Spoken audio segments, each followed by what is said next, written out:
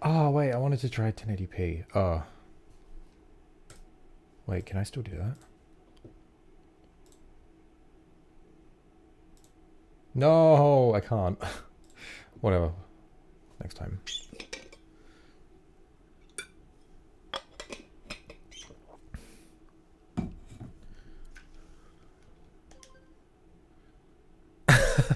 Okay. Um.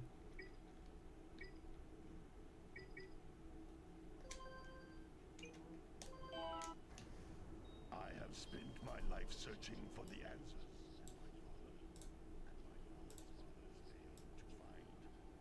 who were the precursors? Why did they create the vast monoliths that litter our planet? How did they harness eco, the life energy of the world? What was their purpose? And why did they vanish? I have asked the plants, but they do not remember. The plants have asked the rocks, but the rocks do not recall. Even the rocks do not recall. Every bone in my body tells me that the answers rest on the shoulders of a young boy. Okay, that's really cool. You can't come back through the warp gate until you find all four power cells on this island.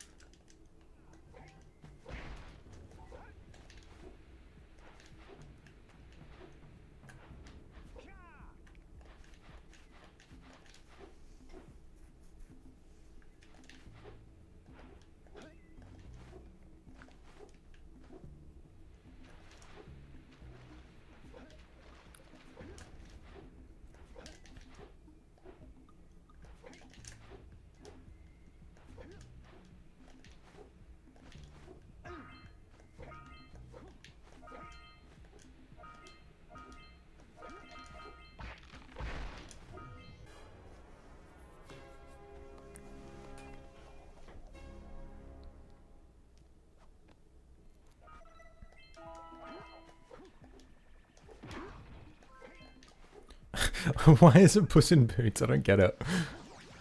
Oh, they've changed the icon for the power cell in the HUD. Weird.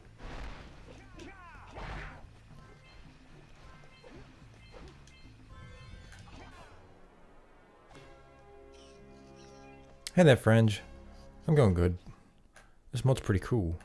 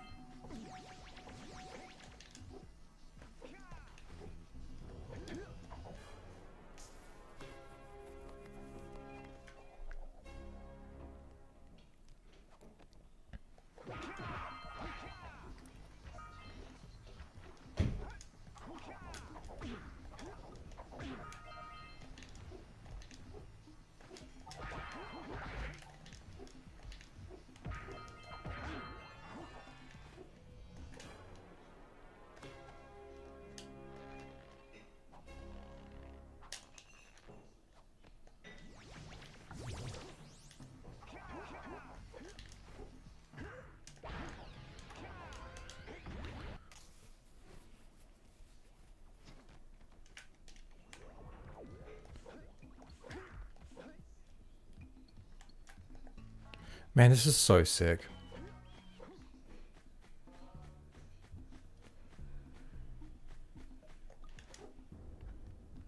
Ah, even Kira's different. That's so cool. Wait, it was same as... Wait, what? That's cool. This is like a Hot Wheels fucking zoomer. Wish it could have been in your previous stream. I liked your opinions of Forgotten Lands. Well, thank you. I had a lot of fun with that stream. It was nice to flex my analysis skills. I don't get to do it very often.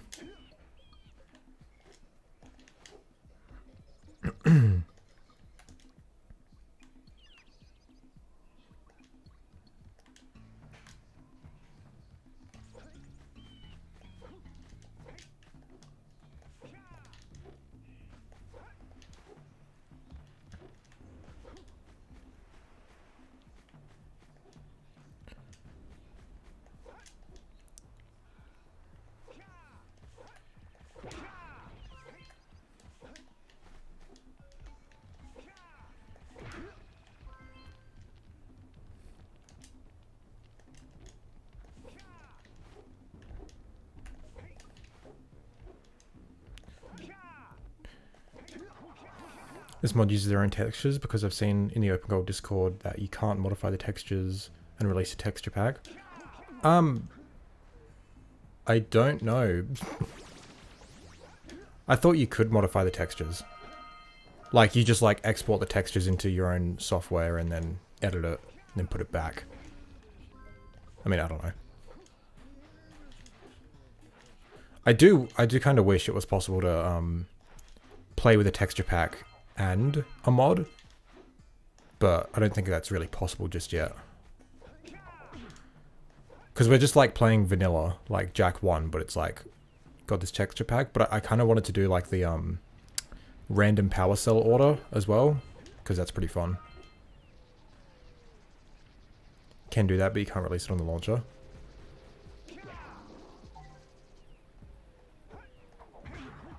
Oh, no, okay, yes, I see what you mean. You can't just, like, edit, like, the game's textures and then release it, because that's, like, releasing copyrighted material. I see what you mean. At least I think that's what it is.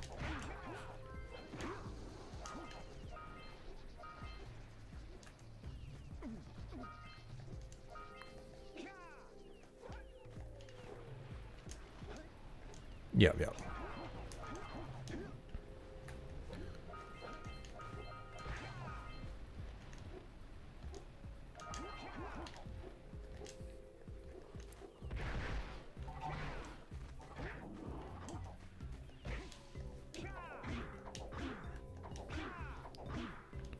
Bro.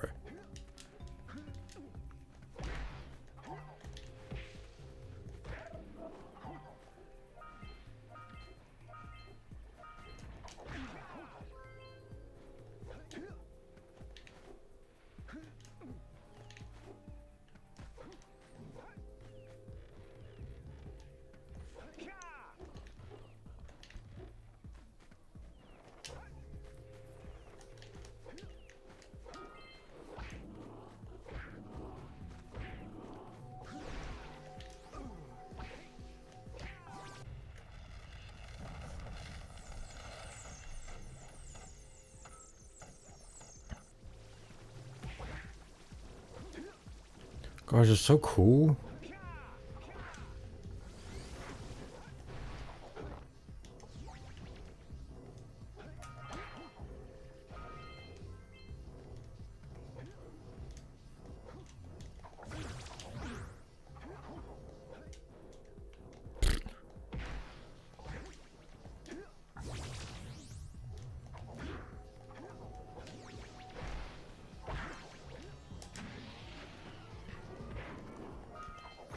Have you started to learn the opengoal language for my projects? I'm no programmer, so I wouldn't be able to do anything like that. I am going to be taking a course this semester at uni of 3D imaging, so I'll hopefully be able to help with like creating the actual like level models and stuff. That's more my wheelhouse, I think, like what I'm probably capable of. Okay, interesting. They didn't change the inside of the temple. That's actually kind of a nice touch.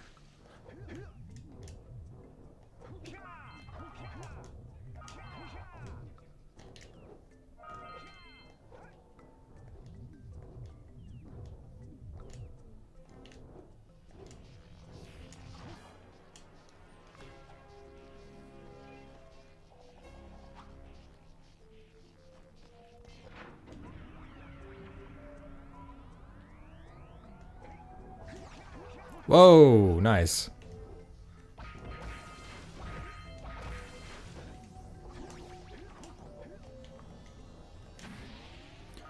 Don't know nothing about programming, but I know a bit of modeling in Blender. Yeah, yeah.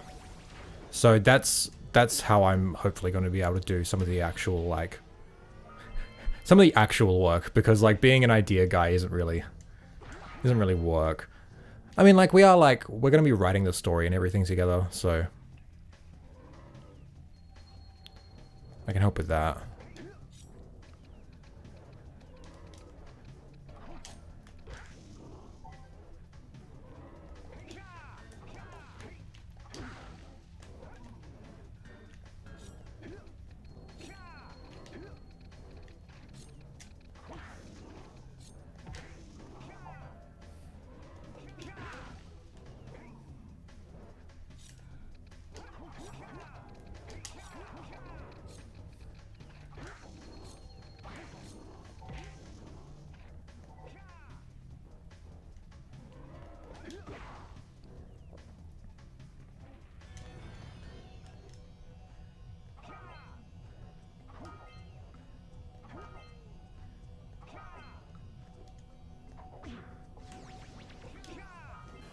I didn't do that cool enough. Whatever.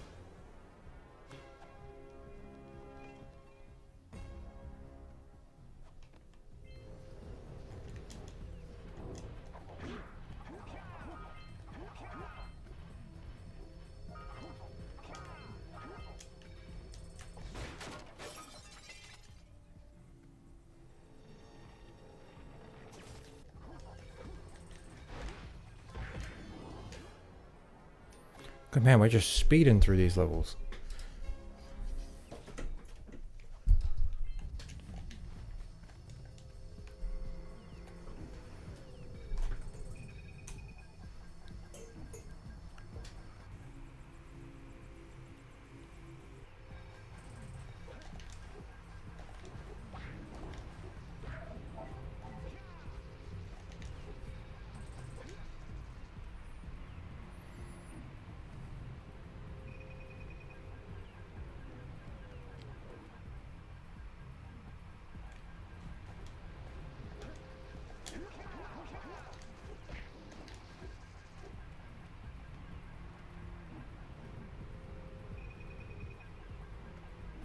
Ugh.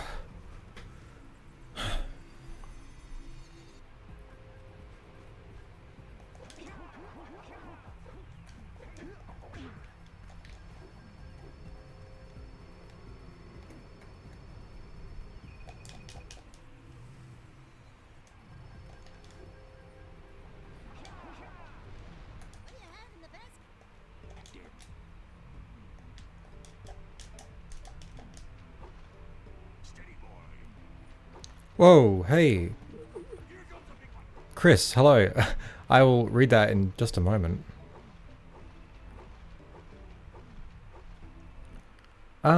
Chris Tutu with the 27 Canadian, thank you very much. I appreciate that a lot. Do you prefer the aesthetics of lurkers or metalheads? I kind of prefer the overall variety in lurkers and their tech. Also, I enjoy your passion for Jack, even if it's sadly forgotten by Sony. Thank you very much. I think artistically speaking, I think the metalheads are a lot more distinct. Like with the lurkers, like they tried to like unify them all with like a visual signifier that's like, oh, these are the bad guys, and they did that by giving them all like an underbite.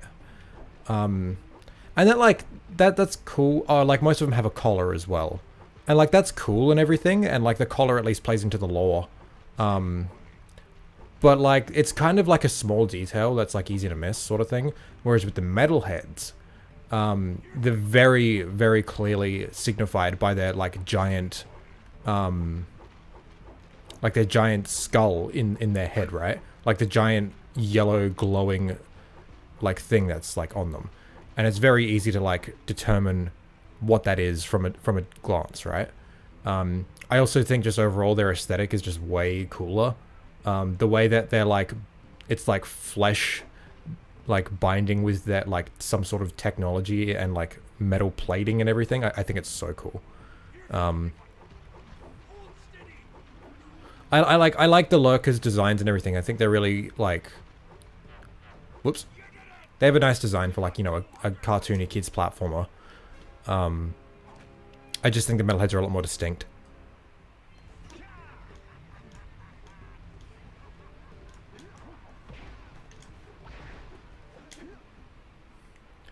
Is it true that they're making a remake of Jak and Daxter? If by they you mean Sony or Naughty Dog or someone with actual like status in the games industry, no, it's not true. Also, I'd appreciate it if everyone liked the stream. There's been a number of like fan remakes that have like started over the years. None of them have really come to fruition, which I'm not really fussed about. Honestly, like this opengoal is, I think, the end game of preservation. It's like the... Well, in some aspects. I think PC decompilations like this is like the best way to preserve a game in the modern era, the way that games are typically preserved, which is like just making it playable on modern platforms, right? I think there is still issues when it comes to display technology when it comes to older games, like, well, like, you know, we're playing Jak and Daxter on a PC and it runs flawlessly, blah blah blah. But like, you know, we're not playing it exactly as the game was intended to be played because, like, so many of the art assets and everything to do with like the design of games like this was made with CRT displays in mind, and we're not really getting that. So you like a lot of like tricks that were like used back in the day to like simulate a lot of visual aspects have kind of been lost because we're just playing this in like everything's been upscaled and we're playing it on like a modern display and everything. Whereas like with a CRT, because of like the inherent properties of how they draw their displays, it masked a lot of those like lower quality assets, or like just it masked a lot of like tricks they would use, and it made it feel a lot more cohesive. That's really cool. That looks so cool. So while I think PC decompilations like this are far superior to simple emulation, and honestly most like commercial remasters, and especially remakes are horrible for preservation. I do think there is like, I don't think there's a silver bullet to preservation with video games at the moment. There's not like a one size fits all solution, and not every problem has been solved. But I do think stuff like this, though it is incredibly rare for obvious reasons, I think these are some of the best ways to preserve games. So I don't think like any sort of commercial remake is necessary. And I think they're dumb anyway, so.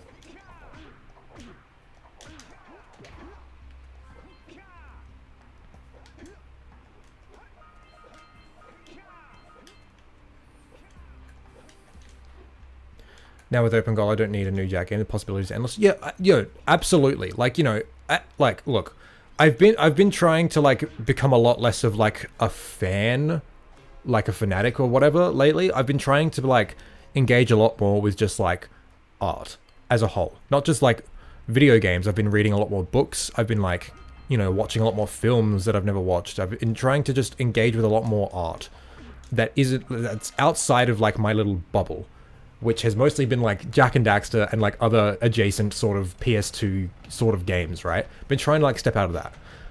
But at the same time, like as someone who is like super passionate about these games, you know, I've always wanted more content.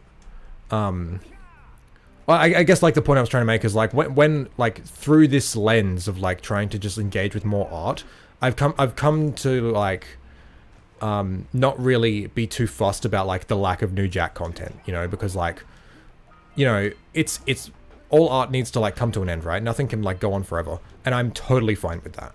I think it's better, to be honest. Like things need to end. But you know, at the same time, there is that part of me that is like super passionate about these games because they left such an impact on me, and I love them a lot. So it's like, well, I do want to see new content from them.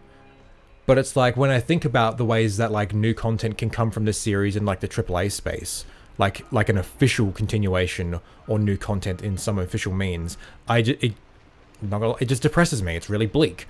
Not because it's never going to happen, but because like the possibilities of what can be done these days for games like this are like so fucking lame, and I don't think anything that would come about these days would like satisfy me, you know?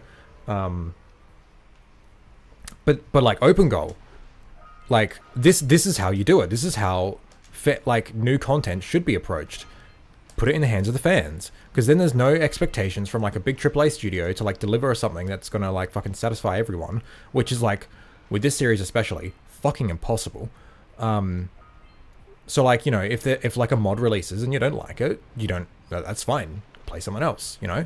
Like you're not gonna be like waiting for years and years and years to play like this one thing that's finally released, and then it's like a disappointment, and it's like, well, that's a heartbreak, you know? Whereas like, you know, fan content, just engage with different fan content, because it is like opened up the floodgates for like a myriad of artistic voices to like leave their mark on this series and try something cool and new and different. And I think that's way cooler than like any official content that could be produced these days. So that's why I'm really happy with Open Goal, because I think it's way cool.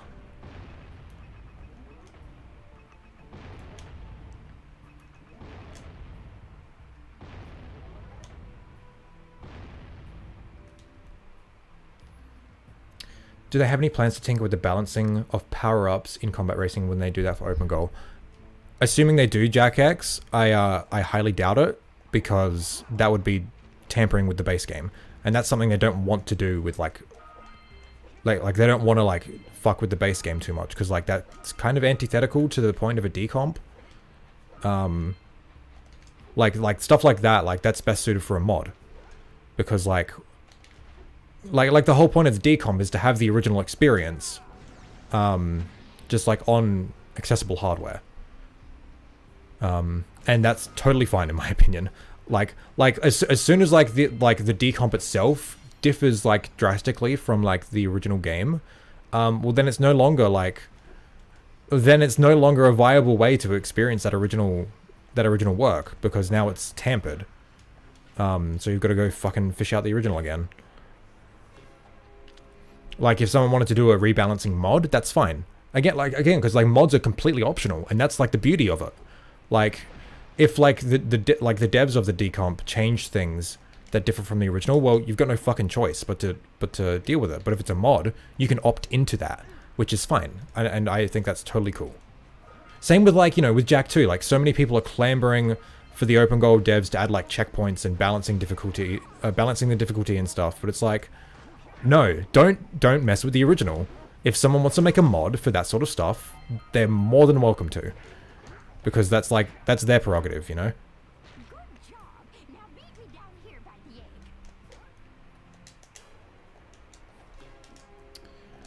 Yeah, I want a new Jak game, but with Open Goal we can have a new Jak game. Yeah.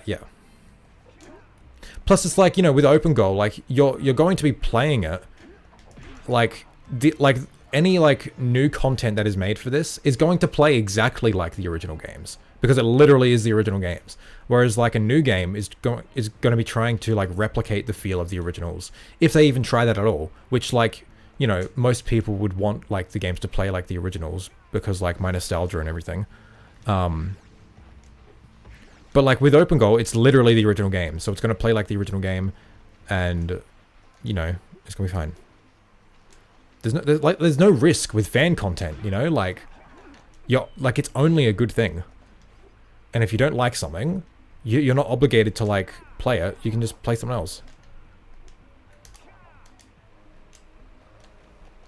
Hey Cillian, how we doing? Yeah, I get you. It's the same deal with Sly Cooper to me. Hence why if either that or Jak do need a revival of some sort, a reboot seems more like the way to go for me. Yeah, it's complicated. Oh man, especially with Sly. Fuck me. Cause Sly, like seriously, oh wow. Okay, there's no snow here, at least in the cutscene. Wow, they didn't change Misty. I wonder why. Huh. Okay.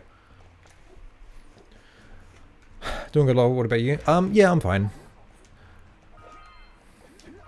Nice that we're having some decent combos. I like that. Huh, weird. Yeah, with Sly, it's like, oh my god. Because like, say what you want about Sly 4. I think regardless of your feelings on it, it shouldn't have existed. I guess I can't say regardless of your feelings because that is a very subjective thing. I just think it's like a very obvious, like, that game shouldn't have existed, at least in the way that it did. Like, Sly 3 was such a definitive end for this cast of characters that, like, dragging them out of the grave for a new game was like a stupid idea from the get-go. But like they not only that, they went about it in the worst possible way, where it's like they just reverted all of the character growth. They didn't even like try to do a like something. I guess that would, like, you know, not do that, you know, where it's like something important came up and like Sly would be forced to don the fucking the mask again, sort of thing, you know. But no, like they just revert all of the character growth, and it was awful. So it's like, well, and then Sly 4 ended on a cliffhanger, so it's like, well, fuck. What do we do going from here? Like, it's been so long since the end of Sly 4 that just making a 5th game wouldn't really work. Especially because, like, Sly 4 didn't even do that well, so it's like, are we gonna make a 5th game solely to, like, resolve the cliffhanger of a game that not many people played and not many people really liked?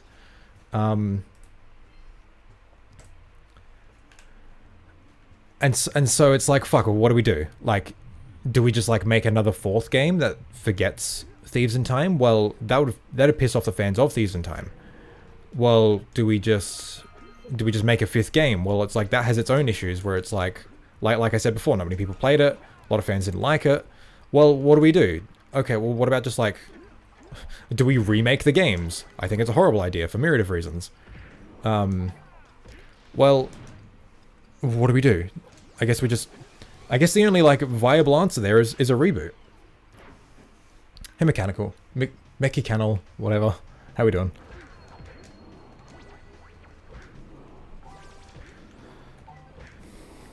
And it's similar with Jack, right? Like, because of like the weird split that this series has with its games and its tone and its fan base, it's like, well, what the fuck do we like? What do we do with this series? And I think in, like, the AAA official space, I think, like, a reboot is probably the best way to go, or like a soft reboot. But the problem is, like, you know, so many people just want a new Jack game based on Jack 1's style, and it's like, I think if you're gonna, like, do something like a God of War 2018 where it's like a soft reboot that continues from the previous games, doing a Jack 1 style game just would not work. So I guess full reboot that reverts back to, like, the original sort of style would have to be the thing, but it's like, well, what's the point at that point, you know? Like a game like that, like, wouldn't be encompassing everything that made Jack. It'd just be like doing another one of the first game. So it's, I don't know, it's stupid and complicated. Which is why open goal's cool, so we don't, like, it's here. We don't have to think about stupid shit like that. Just play open goal.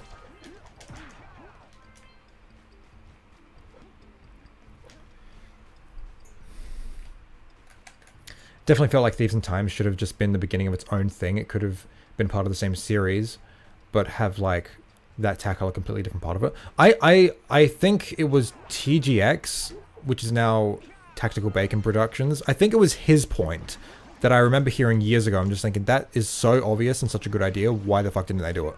Which is like, just have a 4th game, similar to how Thieves in Time already is.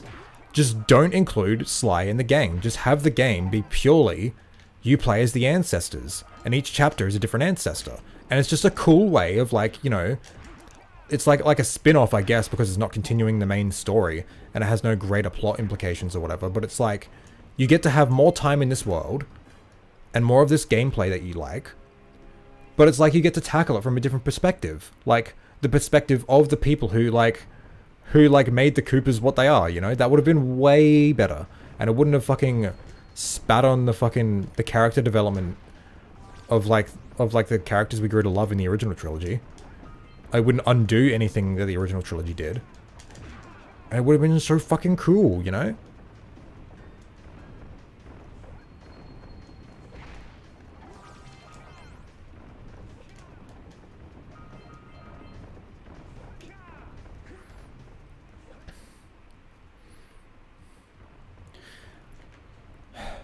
because it was clear Sly 3 was intended to the end of the trilogy of games Sucker Punch made. Yeah, exactly. Like, it's so fucking rare that a video game series will come along and just fucking end. You know, like, it'll have, like, a satisfying narrative conclusion, you know? Like, everything is wrapped up at the end of Sly 3. And it just, like, it did not need a continuation. Like, Sucker Punch, like... they did the ballsy thing. No fucking games ever do that. Because it's like every game needs perpetual sequels. So it's like... It's just even more egregious that, like, Sly as a series couldn't have been left alone. Like this story couldn't have just been left alone. Like, it had to be fucking continued because like, you know, endless sequels, because want endless profit, but also fucking endless fucking crybaby fanboys who just need more content, you know? Ugh.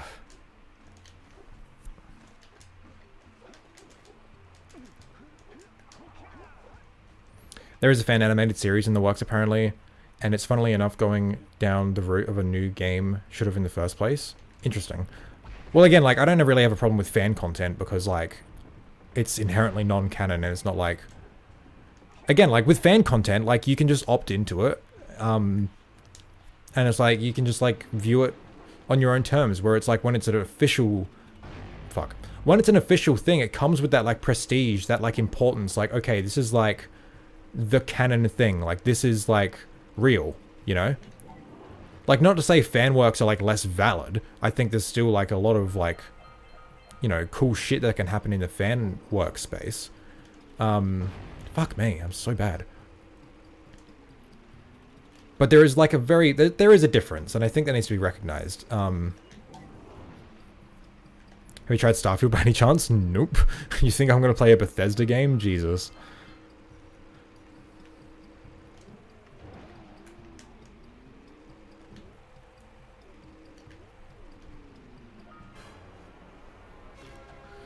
Yeah, either that or just make a new series out of Constable Cooper. What Sly has became in the end of the trilogy shows us where he and Carmelita have been, what they've been doing. Constable Cooper, who was that again? Oh, no, yeah. Just like, who was that again? That was Sly, yes. I mean, maybe, but like, I think that, no, I disagree. I think that plays into like the whole, oh man, okay. I love fandoms, and I love how people are passionate about, like, the things they love, but at the same time, people are so uncreative, and they just don't recognize, like, good narrative. People always clamber for, like, continuations or stuff like that when it comes to, like, the series they like. Not just in games, but, like, in general. Where it's like everything needs to be over-explained. Like every piece of like history and lore needs to be told to them like without ambiguity.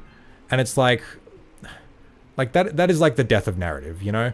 Like can't we just like have like a story that like leaves things open for interpretation, like makes the viewer have to like use their brain to like think about it and like reflect on it as an artistic piece, like the stream. So, like, when it comes to, like, you know, stuff like that, you know, just have a fourth game where you play as Sly, but, like, he's, like, Constable Cooper, whereas, like, he's working with Carmelita. Like, it's just one of those ideas where it's, like, that isn't an idea that stands on its own. It only exists as an idea because, like, people want more games in the series.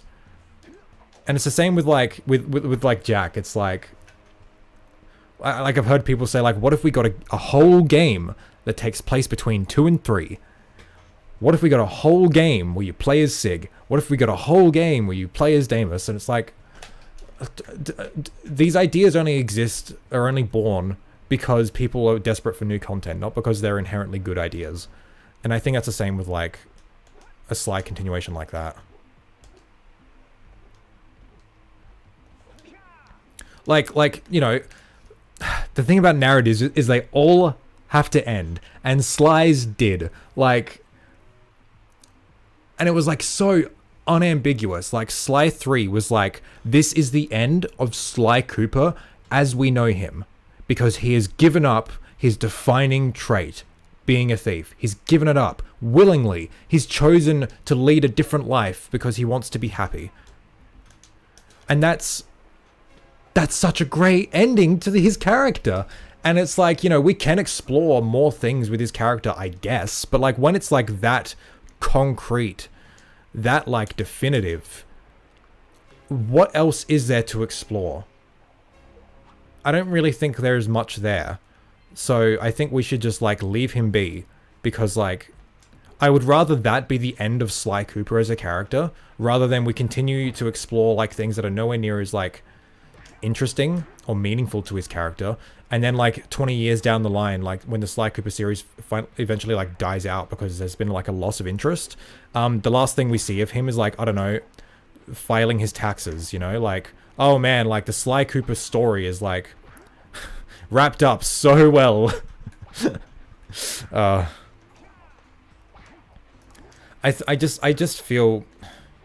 just feel like people need to be more okay with like things coming to an end. Well, it's like, okay, I've had this thought for a long time now, but I watched the Gaming Brits Ratchet 3 stream and he echoed my thoughts exactly. So don't think I'm stealing his thoughts when I say gamers have like a weird thing when it's like, if a series isn't going on continually, like they're like, oh, it's a dead series. Oh, the series is dead. Like there's such a negative connotation with it, you know? So it's like, can't we just like have series that end? You know, like, oh, a series isn't getting new games anymore. Oh, it's dead. Like, why can't we just have like, oh, a series isn't getting new games anymore. Oh, it's just ended. Or it's, oh, it's finished. I guess finished implies some sort of finality. So like, it's just ended. You know, like we're not getting new games anymore. That's it. It's ended. That's like, can we just be more okay with that? You know what I mean? It's just the most egregious in Sly's case because like that series did finish, you know, like it did have finality. Ending is dead in a sense? No, because dead implies that like it's been killed or like it's been neglected. So like ending is just like, okay, we're not making it anymore and that's it. And there's nothing wrong with that. Dead is such like a negative connotation to it. It implies so much else.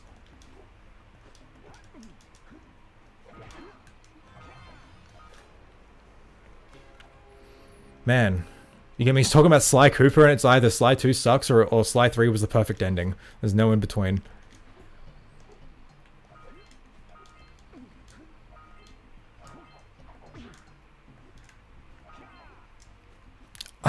I'm so bad, I do this every time. I didn't give the muse back.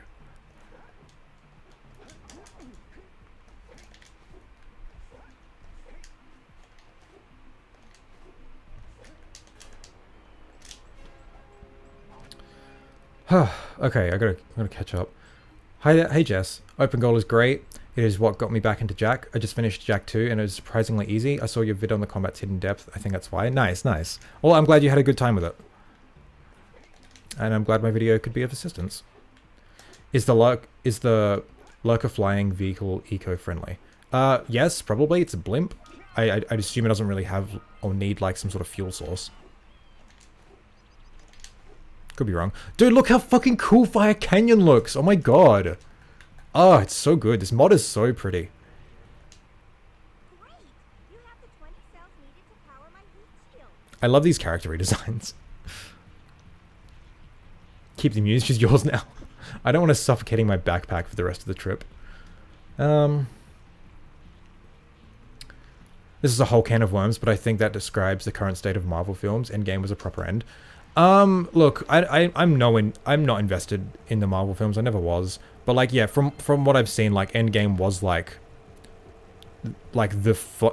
the ending. Like it was the peak of the series, and like everything afterwards has just been like boring. So I think from like a from an artistic standpoint, it's like you should try and end on a high note, and that would have been like the perfect high note.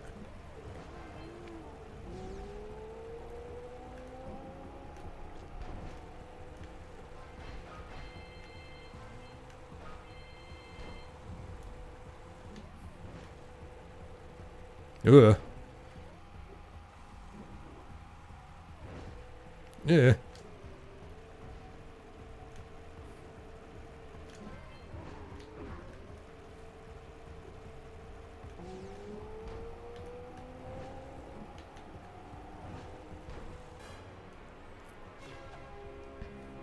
Should have renamed this Ice Canyon. Yeah, yeah. Like instead of like getting heated up with the gauge down there, it's like, oh, if that goes all the way up, we won't get blown up. We'll freeze. Bro, but what if we could play as Daxter? We already got that game. And you know what? That game was valid because it had like a good idea from the get-go. It wasn't just like a fucking, oh well, what if we play as Daxter filing his taxes, you know? Like, it was fucking, yeah. Because, like, okay, look, I clown on the idea of, like, a game between Jak 2 and 3. Because, like, you know, I think it's a dumb idea because, like, what really happens between Jak 2 and 3? Like, there's not much implied to have happened outside of, the opening cutscene of 3, which tells you what happens. Haven City falls into, like, a weird fucking political state, which leads to an all-out war between, like, these 3 factions. And we're given that in the opening cutscene, so what would a game between the 2 of them, like, really be, you know?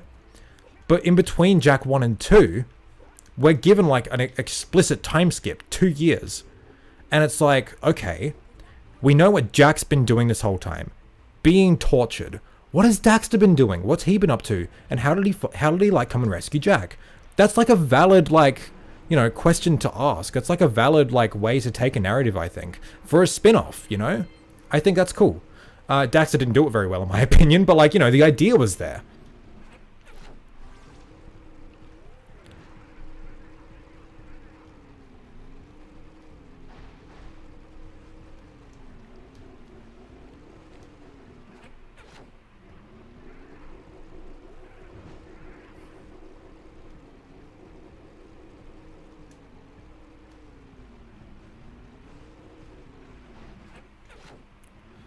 Was that all? Nope.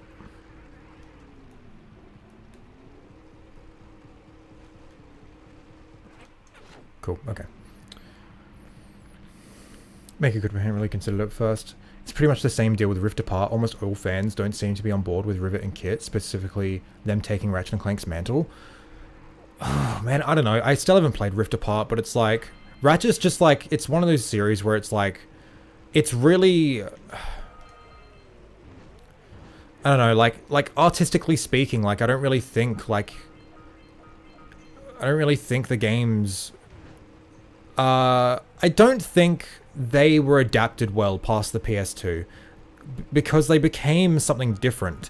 Like, Ratchet & Clank was like a very explicitly, like, 2000s edgy fucking satirical platformer, and it's like...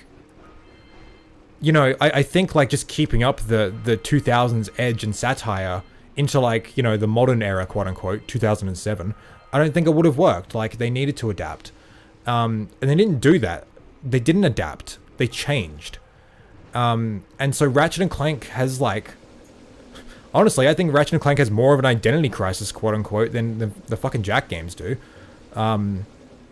Because it abandoned its original identity. And it became, like, it kind of became the thing it was, like, it was satirizing, right? And now, like, and now with Rift Apart, it's like, it's like, kind of got, like, this subtext of, like, you know, passing on the mantle, quote unquote. Because, like, these heroes have been at it for so long. But I don't know.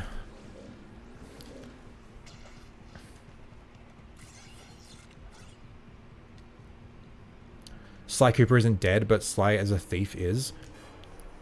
Like, Sly, like, character-wise, Sly Cooper as a thief, yes, that identity is dead. And, you know, that was Sly's choice, and I think, like, that fits his character really well. But, like, as a series, you know, people would call it dead because, like, it doesn't get new games anymore, but it's like... we can just say, like, it ended, right? I guess, I don't know. I guess, like, if we take Sly 4 into account and say, like, well, this series was, like, planned to be continued and sales and everything or whatever the circumstances didn't allow for it to be continued, so it died. I guess that, like, semantically, like, that does fit. The series died. But, like, it died under, like, a false pretext. Like, it shouldn't have even, like, gotten to that point because it finished. It didn't need to continue.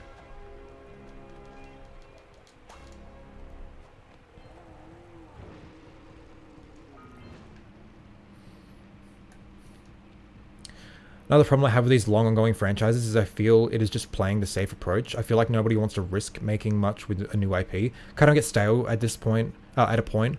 Like, I like playing the new Zelda game, for example, but the story's just the same thing over and over. I have gotten really fucking disaffected with ongoing, long-running franchises or, like, fucking fan service or blah, blah, blah. It's just, because it's just so fucking, like, it's safe, you know? Like, and you're right, like, new IP just doesn't get made anymore. Like, in the AAA space. Like, it just doesn't, because, like, there's no guaranteed return on that. Okay, let's talk about Sony for a sec. I literally was going on this rant yesterday with Dady and that, in a call yesterday. Okay, let's take a look at Sony's current IP, right? We've got Ratchet and Clank, we've got The Last of Us, we've got God of War, we've got Horizon, like, the Horizon series, Gran Turismo, what else we got? Ghost of Tsushima. I feel like I'm missing a big one. And Spider-Man, yes. Okay. Now, let's... Uncharted, that hasn't got a new game in a while. I'm talking about, like, current series that are, like, you know, getting new installments and stuff. Okay. What is the newest... what is the newest IP there that I just listed off? It's Ghost of Tsushima. That was 2020, I believe. But that's only had one game. So... out of all the series that is currently ongoing, that has at least one sequel, what is the newest IP? It's Horizon. And that series was established in 2017. So, in terms of like Sony franchises, like games that are like more than just like a one-off, that have had multiple entries, Horizon is the newest. And it's 6 years old. No, 7. Oh my god. Well, nearly 7.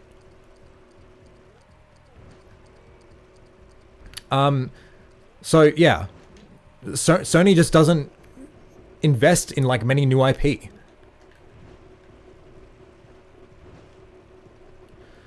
And it's like you compare that to like Sony like back in the day, and it's like, well, fucking.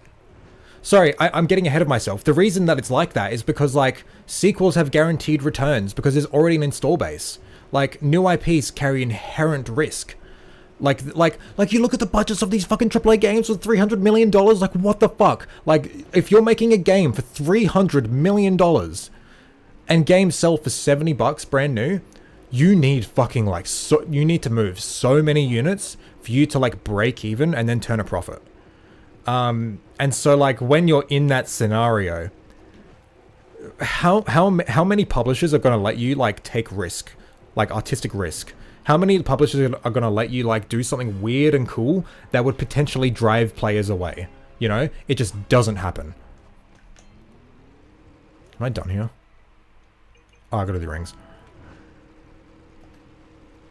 Well, $80 to $100 now? Oh, yeah, they want to fucking raise the price again.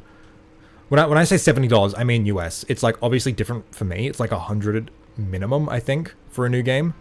It depends what kind of game it is, though.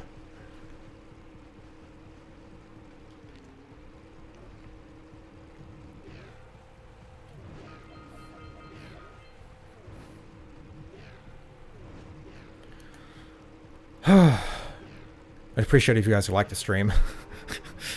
Me going on my ramblings here, running out of breath. It's hard work. You know, it's just really depressing when you look at like, you know, Sony's current output and you compare it to like the PS3 era. Man, we were eating good. Like, maybe not in terms of like quality. I think you can contest that. But in terms of like sheer variety, we just don't have it anymore. Like what Sony owned IP did we have on the PS3? Let's see. We had MotorStorm, a racing game, alongside Gran Turismo, its long-running series, which is a racing game.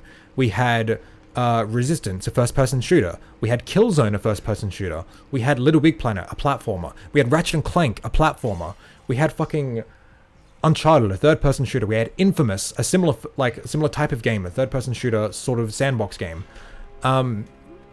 We just had like so much variety. But what do we have? And these were like series that had multiple entries on the console. All of them. They had like multiple entries.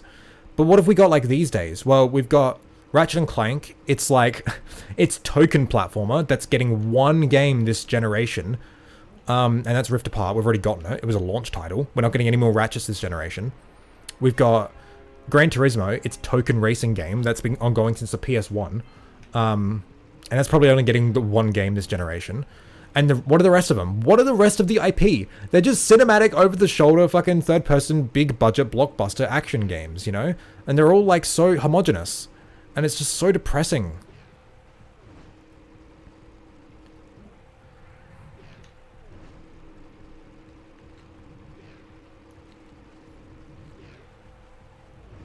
Like, just, like, putting aside, like, the quality of, like, Sony's current output. That's not really what I'm talking about. It's, like, just the variety. Like, you just don't get, like, it's really sad. I hate it.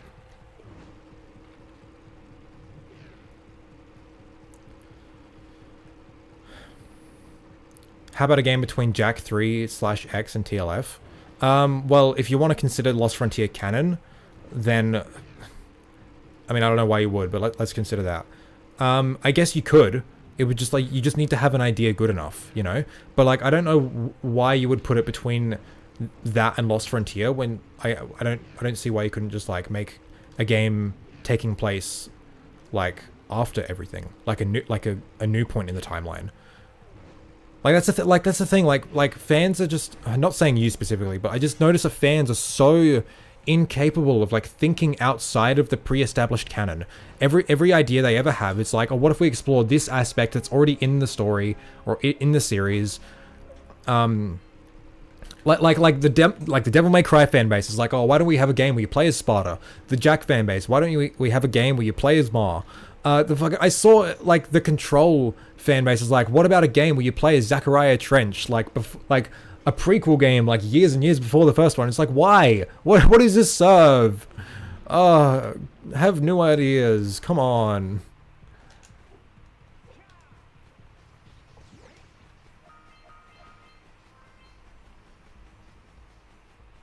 No.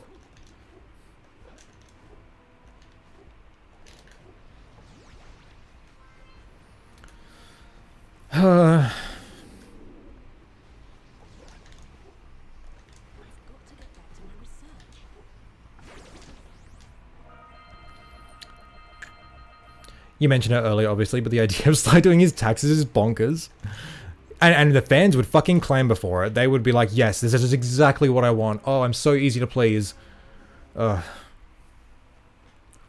played Control? How'd you... Oh, I fucking loved it. I've become fully Remedy pilled this year. Like, Max Payne was my first Remedy game. And I played that when I was like 14. And I didn't play a single other Remedy game, not even Max Payne 2, until last year. I played Max Payne 2 last year, finally. And then this year I played the rest of their catalog, and I'm fucking in love. What am like probably my favorite dev, maybe? I don't know. I gotta think on that.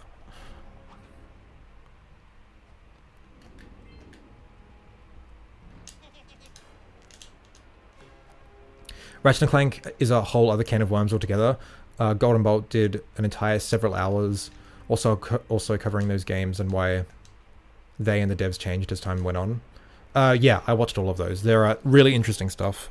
I'm not really there for his takes and analysis of the games themselves or whatever. Like, you know, he's entitled to them. I just not what I watch those videos for. Those videos have the most value to me, being like explorations into like the development cycle of these games and like the dev anecdotes and stuff. Like, that stuff is so fucking interesting and very valuable. Like, holy shit. Like, we need more stories, like developer stories shared like that.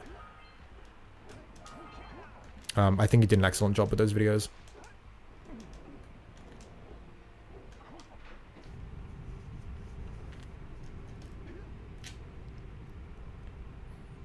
That's why indie platformers are more worthy for attention nowadays. Billy Bust up, Clive and Wrench and so on. Oh, man.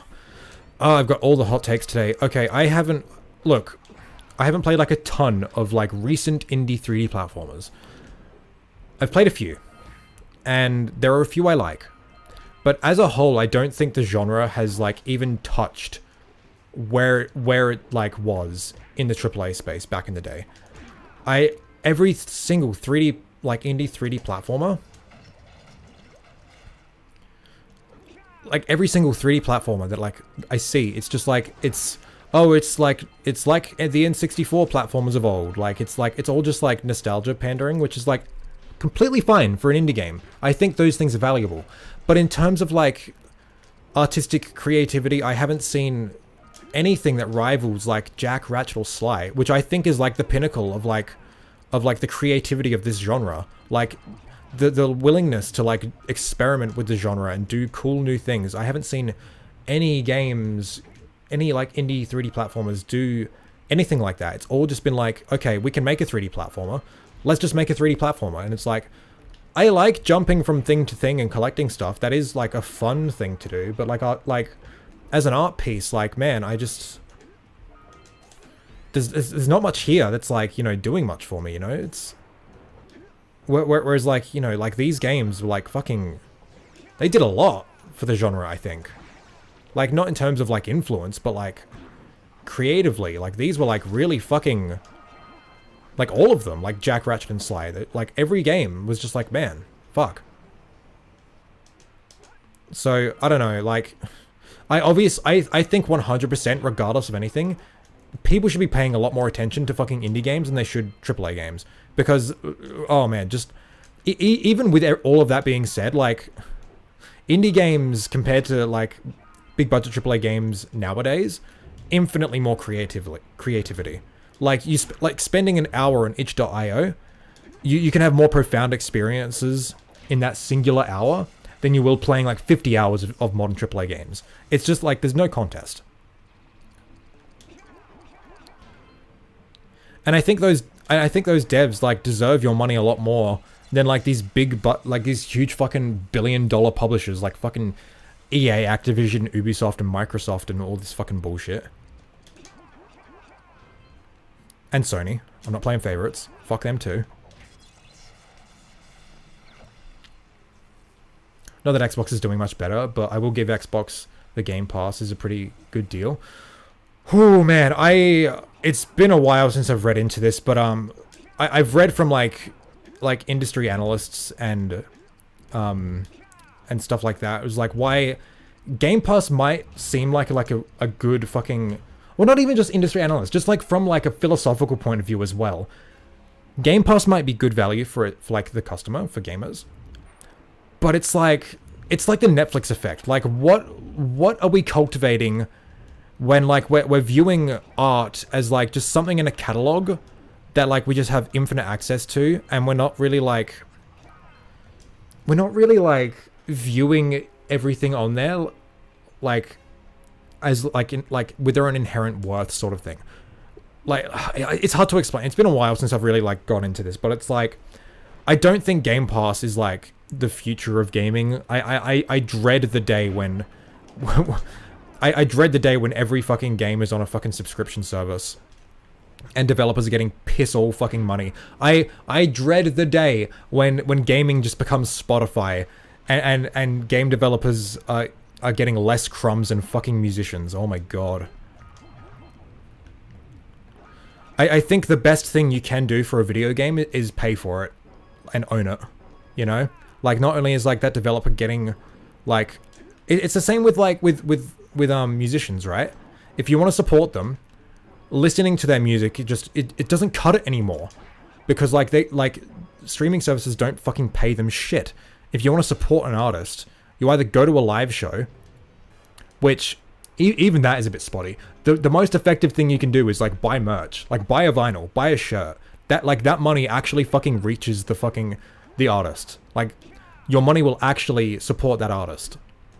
And it's the same with video games. Like, actually handing over your money to own that video game, that's what the developers, like, actually see.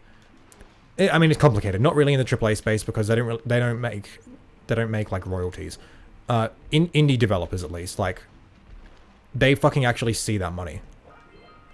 And they need that money, because they're fucking starving artists, you know?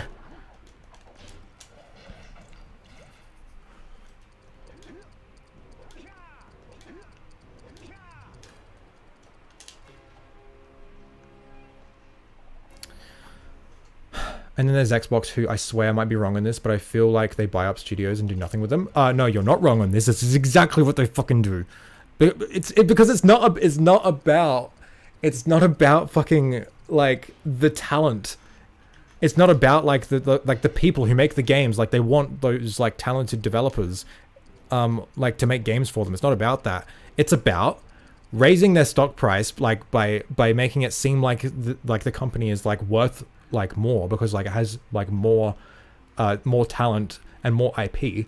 Like it's about that and like just acquiring IP. So like they have like a shotgun approach of like fucking content development where it's like, well, it doesn't matter who's making it. Like we just make a game in this established IP, caters to like this pre-existing install base, and then we can just like make more money, you know?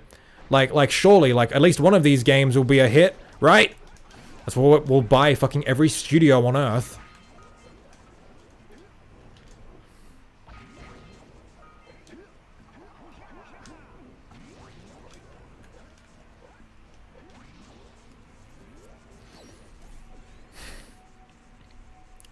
When people say that PlayStation is the king of exclusives, I always say that it was, but right now it isn't. No, absolutely, yeah.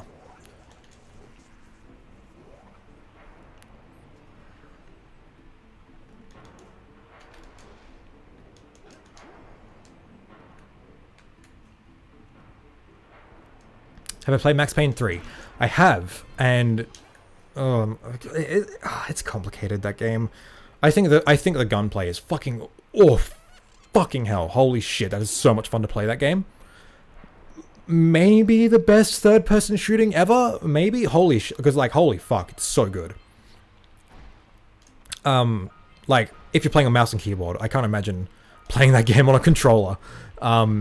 But man, the story and Max's character, I don't know, man.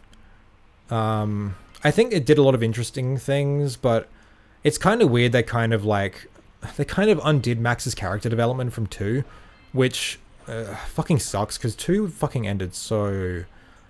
Oh my god, 2 was so good.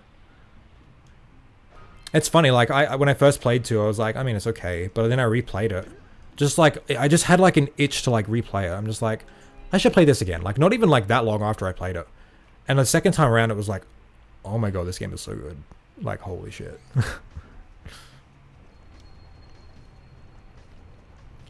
Wish we had something like that for this franchise, the ultimate retrospectives on the Jack games. I think we did. Not in the style of Golden Bolt. I don't think we have something in his style in terms of like interviewing developers and stuff. That would be fucking awesome. In terms of like analysis and like critique, I think the best videos have been made by the Gaming Brit Show, B-Mask, and Breadsword. And soon to be mine when I finally release the Boggy Swamp video in 30 years.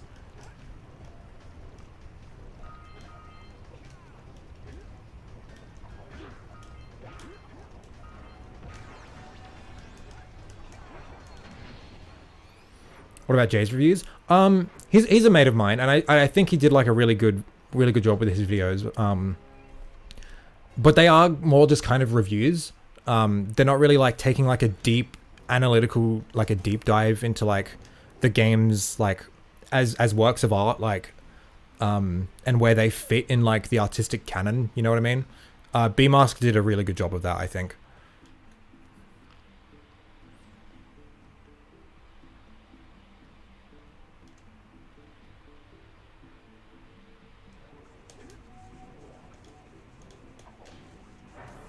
Amber Lab tried making a new indie game similar to the AAA platform with Kingdom Bridge of Spirits. I thought that game was good. I am still yet to play it. It's in my Steam library.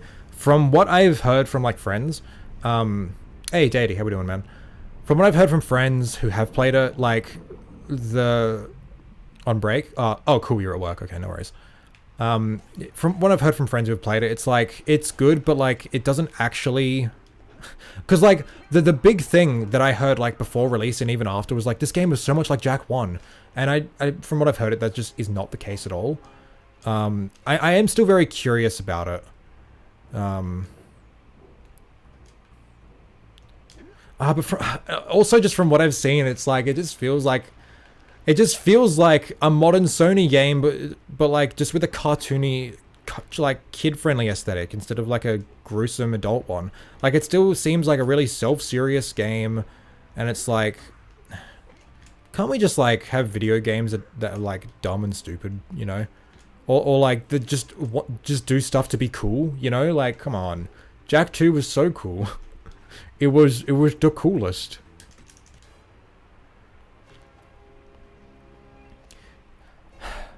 These game companies will get my money when they can finally release a game that isn't completely broken performance-wise. Looking at you, Jedi Survivor, instantly refund. Yeah, well, look. Man, tell me if you heard this one before. Capitalism ruins art.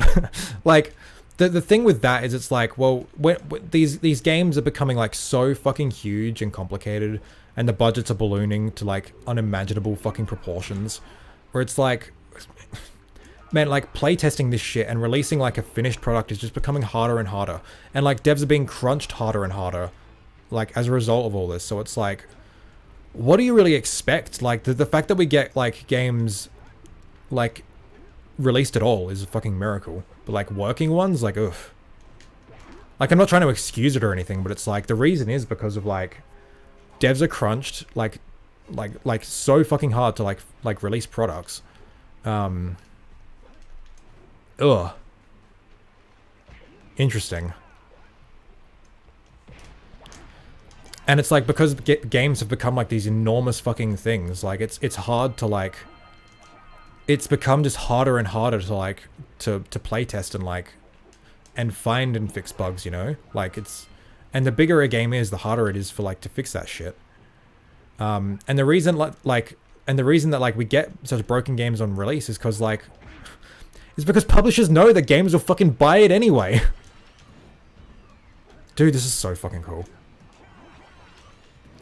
Just realized the memory card save icon's also blue, yeah.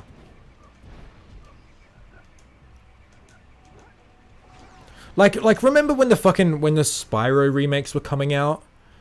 Do you remember how like they were delayed? Because like there was issues, like they wanted to like, you know, release a polished experience. And fans were like, there was the tag, I will support Spyro. Like, and the implication was like, no matter what condition the game's released in, these people will buy it. Like, it doesn't matter. These people will buy it regardless. And it's like, man, is that the precedent we really want to fucking be setting? Like, these AAA publishers can just fucking release, like, their games in whatever state. And these fucking pathetic fanboys will buy it regardless. Like, do we not have standards? Can we not hold these fucking billion-dollar conglomerates to, like, a higher standard, please? Why do games have to fucking suck, dude? The moral of the story is, get off Twitter. I've been trying to lately, and it's been nice.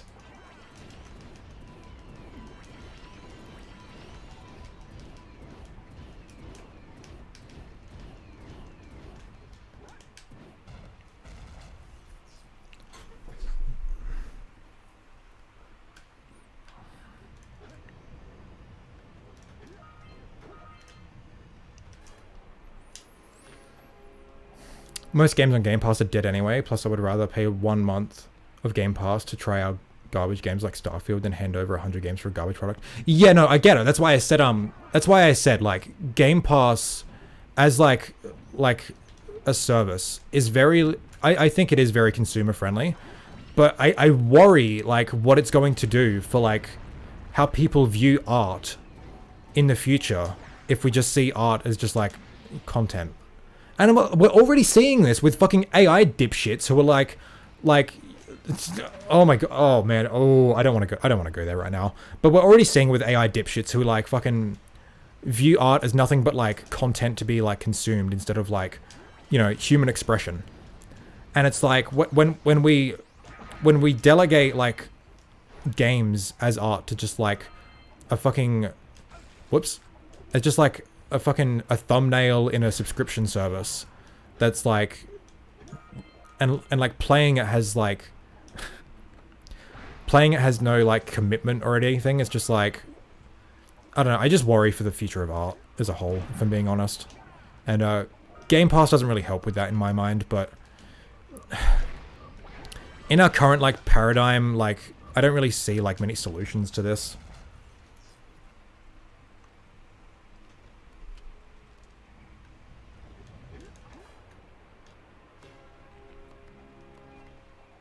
I think Max Payne has too many cutscenes. I don't think so. I do wish the cutscenes were skippable purely from like a replay perspective. But I think oh man, Max Payne 3 is just fucking dripping with polish. Holy shit. Look, I need to replay it and like, because like too many cutscenes is like, for me, like the idea, like too many cutscenes is like, a game only has too many cutscenes if like it's taking longer than it needs to like to convey its story, or it's like it's just like bloated, you know? Like that goes with like any like narrative, like whether it be a book or a film or whatever. If it's bloated, then there's too much of like whatever.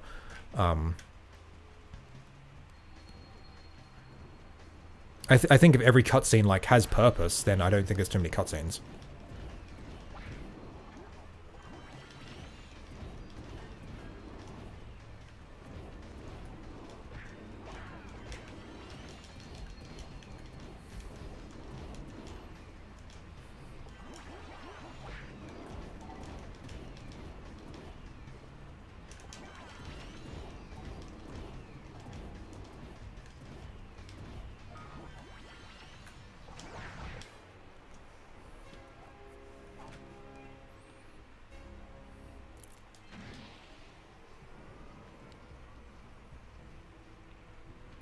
But if we'd want to, we could count his vids into the mix for one simple reason. He titled his vids The Ultimate Retrospective. Okay, if we're being purely semantic, then like anyone could title their vid that, and it's like, oh yeah, this is like the ultimate one. This is like the definitive one. Like, I get you're being facetious, it's fine. A fan-made Spyro game ended up getting a cease and desist because of Reignited's sudden announcement. Oh my god! And you know, that looked so fucking cool! And, oh, I fucking hate remakes, so it's like, oh, we lost out on actual fucking cool fan content that would have been, like, actually fucking artistically interesting. What did we get in return? We got the same games we bought fucking 20 years ago, but worse. Ugh. I hate being alive in Jak and Daxter. I should just jump into the muck over and over. We got like a... Looks like a lizard now. That's so cool.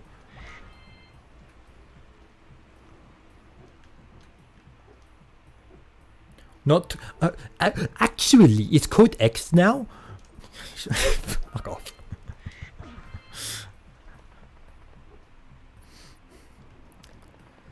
I think I was more supportive of of Toys for Bob than for Activision. Yeah, Toys for Bob are a good developer. They have like a lot of very talented people.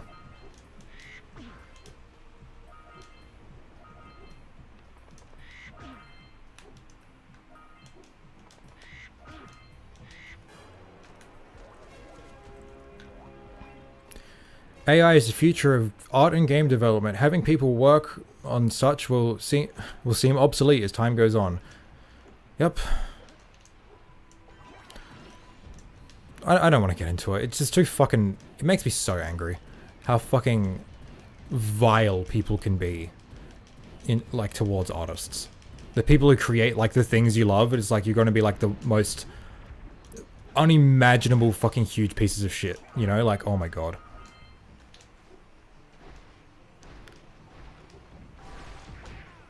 Schmoove. Ugh.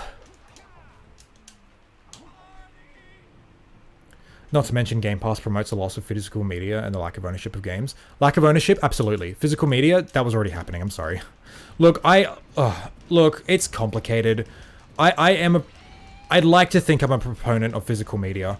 Like, I own a big vinyl collection. I own, like, a fuck ton of CDs. I own a fuck ton of physical games. But, like, in the modern era... Okay, look. It depends how you're looking at it, right? Purely from a consumer standpoint, I think physical media is a lot better than digital. Because, like, you actually have ownership over that thing. No one can take it away from you. Like, it can't just be removed from a storefront. And yeah, I think that is good. I don't think physical media is the be-all, end-all of like, when it comes to, like, the access of video games, though. I think you're very naive if you think that. Physical games are just as susceptible to being lost as digital ones, but for different reasons. Namely, like they can break. They have a finite lifespan. Like, all discs will rot. All the fucking, like, the cartridges, the flash media on them have a fucking, a predetermined lifespan. Like, none of this stuff is meant to last forever. And it's nice that, like, you know, buying a physical game, you do have ownership over it. But you're not going to have access to it forever.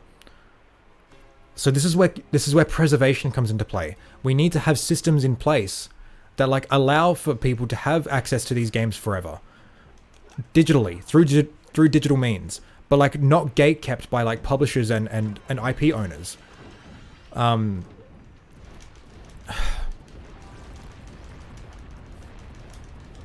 It's so fucking complicated, man, and it sucks.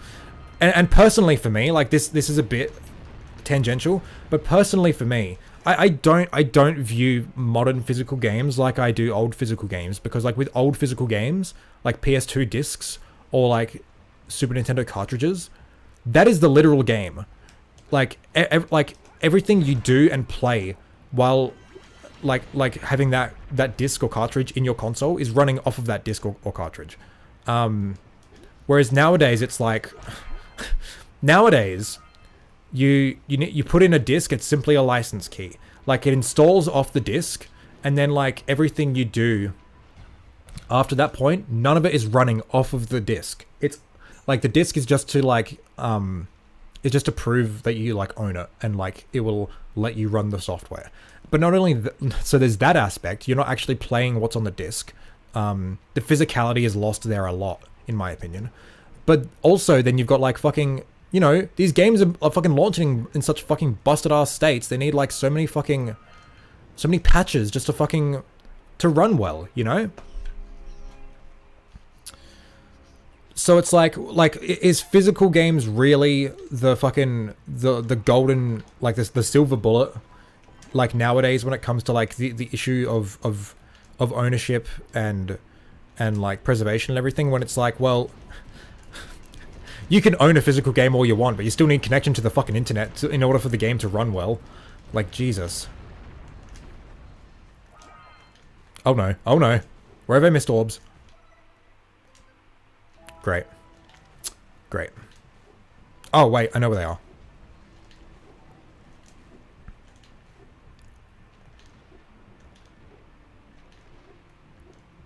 Yeah, I'm an idiot. Why didn't I get those?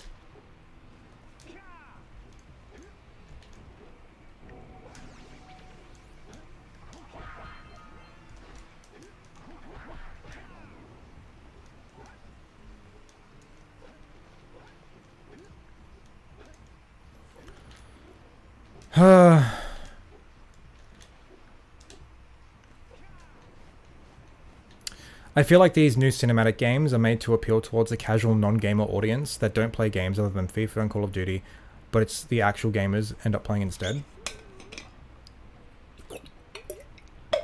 Okay, there's a lot to unpack there. Yes and no. It's complicated, okay? So I'm going to speak about The Last of Us, specifically. Just that game. Not the games that came after it that were inspired by it, because I think it's different.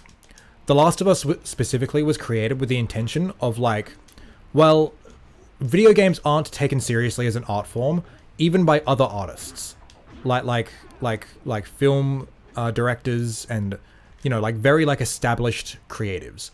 Games aren't taken seriously as an art form, and even, like, the general public. Like we're all cool here, right? We recognize video games are a valid art form because, like, we're gamers, and if you don't, I think you're really dumb. I'm sorry. But, like, that just isn't the norm. Like, video games have a long way to go to be recognized as a valid art form. Now, you may be asking, why does it need to be recognized by the normies if we're the cool ones who already know that it's a cool art form? Because video games require protections that allow this art form to, like, exist, like in a good state. Video games don't have, like, laws and regulations in place that, like, that help with, like, preservation like film does. Like, that is, like, a huge thing, because these are seen games are seen as consumer products, they're seen as toys, they're not seen as like art. So they don't get the same protections as other art does in some aspects. So we kind of need to be fighting this battle where it's like to convince the general populace that like this is an art form to be worth taking seriously. And so The Last of Us was kind of born of that like context of like it not being like the video games not being taken seriously as an art form. Because Neil Druckmann was like, you know, say what you will about him. A lot of people say stuff that's really fucking stupid and I'll fucking ban him. He like recognized this and he's like, wait, hold on a sec. Games are a sick as fuck art form, and like, you know, there's a lot of things that only video games I'm stupid. There's a lot of things that only video games can do, like as an art. Why aren't more people taking this seriously? So he wanted to create a game where it's like even like anyone, literally anyone can like see it and recognize, oh damn, I didn't realize like video games could like tell a serious like gripping emotional story and have it be like accessible to like everyone. That's the reason like The Last of Us is like its cutscenes and stuff is presented in a way where it's like a film or whatever. Because like, you know, we can talk about a game like, I don't know, Final Fantasy VII, and like we can go on and on and on about how like profound the story is and the themes and the characters and stuff. You can do that all day you want. Fucking Jill across the road who's like 65 is gonna look at that and be like, what the fuck is this? But you show them The Last of Us and it's like, oh, this looks like a film. Oh wait, this is a video game, like those things that my grandchildren play. Oh damn, I didn't realize that, like, you know, I could have like a deep, profound connection with like a video game like this, like other art can, you know? So The Last of Us was created in that context. It was created to like be taken seriously as art by like people who weren't necessarily into video games. Oh, still gone. So, and I think that is like an important thing. We need more games to do that, to bring in like outsiders, and we need more to convince more and more people that video games are a legit art form. Having said that, I think because of the success of The Last of Us, like any fucking successful thing, because like, here's the thing, The Last of Us was novel when it released. There weren't really any games doing storytelling like it, you know, taking itself fucking seriously, you know, and like telling like a really mature story. Like not many like, you know, big budget AAA games were doing that at the time. But now it's all fucking like Sony has made it so like every fucking IP of theirs is like that. And it's dumb. It's all become homogenous. And they're not really like trying to do the same thing The Last of Us was. They're just aping The Last of Us' style because it was like super fucking successful, you know? So that sucks. Like, I don't like Neil Druckmann either. I think he's a Zionist piece of shit. But like, regardless of like him specifically, I think The Last of Us, like the first one at least, I haven't played the second one.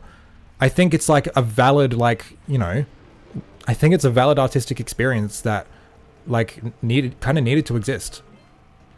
It's just the after effects of it. You know, video game industry is going to video game industry, so it fucking, you know, it sucks.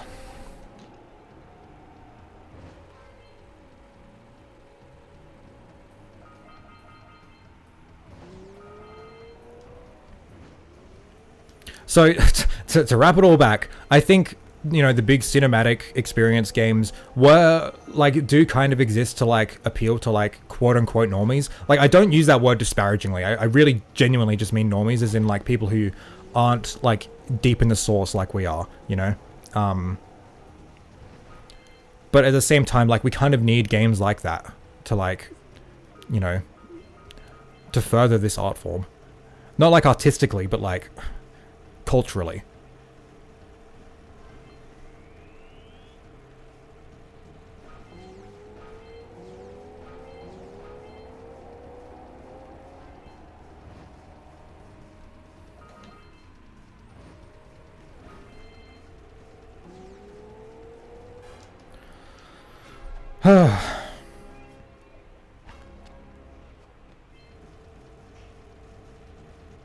Now, how long? An hour and a half. We're nearly at the fucking end. Jesus. I'll have to boot up something else afterwards.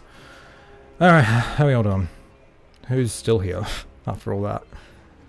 I wanted to say that I want to play the game more, and having unskippable cutscenes doesn't help. Yeah, like, yeah. You know, on a first playthrough, I think you should always engage with, like, every aspect of the game. Especially if it's a very story-heavy game like Max Payne. But yeah, I do agree. I wish the cutscenes were skippable in 3 because replays are rough. But, like, I don't think, like, too many cutscenes is, like, a critique I would levy at it.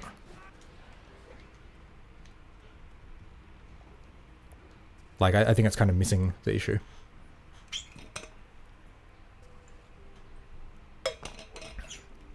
I remember Lumi Laura, a speedrunner in the Spyro community, did a whole thread on Twitter ranting about the Spyro Community Day and how it's more about getting new games and fan content. Okay. I said earlier that I've been so disaffected with, like, fan communities, and yeah, absolutely. Like, just the obsession with, like, I need more content, like, oh, just give it to me. Like, can we not just, like, celebrate the sick-ass shit that fans are making for, like, a community day of celebration? Like, seriously? Like, ugh. Yeah, she's absolutely right.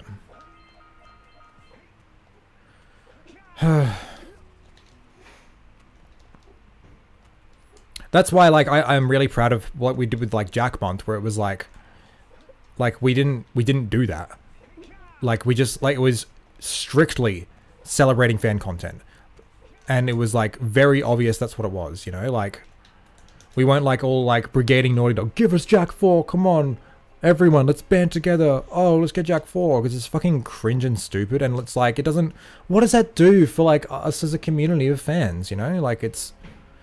Ugh.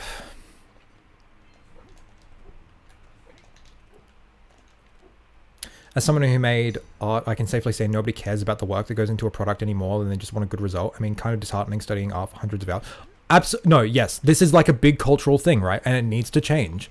And this fucking AI bullshit is not helping that in the slightest. And I wonder what Snowy Mountain's going to be like in this mod. And it is fucking disheartening as hell. And I think it really does come down to, like, how... in the modern age, how art is viewed. Like, it's all just, you know, art isn't viewed as this thing that you, like, sit down with and have, like, a deep, like, engagement with. You just have a subscription service that has everything ever made at your fingertips, and it's like, you don't appreciate anything anymore. Like, not to sound like a fucking boomer or whatever, but, like, when it comes to music, it's like, man, you used to have to buy a whole fucking album, and it was on a massive fucking disc like this, and you had to sit there and listen to it, and you had to pay attention because halfway through you had to flip the thing. So, like, inherently, just from, like, the technology that was, like, available at the time, the context of when it was made, like, it was necessary for you to, like, actually engage with it more and be a lot more, like, present with the art. But now it's like we've got Spotify. We don't even listen to albums anymore, which is, like, divorcing a lot. Like, a lot of these songs are being divorced from their original artistic, like, intent, how they were, like, you know, intended to be experienced by the artist. And it's like we don't view music anymore as like, you know, art. It's just viewed as, like, a fucking something to put on in the background while you do other things. Like, you're not being present with the art. And I think it's the same with, like, you know, TV shows because of Netflix and movies as well. And it's getting like that with video games, not because gamers are the fucking most degenerate, subhuman, brainless fucking people on earth, but because, like, we're moving into a world where it's doing all the same things streaming services have done to music and film. So I'm not very hopeful for the future of art, regardless of what kind of art it is, you know. And it sucks. Like, I think there just needs to be, like, a cultural, like, re-examination of, like, how we should consume art. And I think there needs to be more education into, like, the arts as a whole, like, and like, art philosophy, like, what constitutes art, you know, and why art should be respected. Like, man, I hate so much about, like this AI bullshit, because it's like they make, like, the proponents of it are like, oh yeah, now we can, like, with AI, we're making it more efficient. We're making art more efficient. And art isn't about efficiency. It's about expression. And it's like, when you only view art as, like, the end product and not like the process, and like everything that went into it. Like you're just viewing art as product, as content. It's fucking yeah.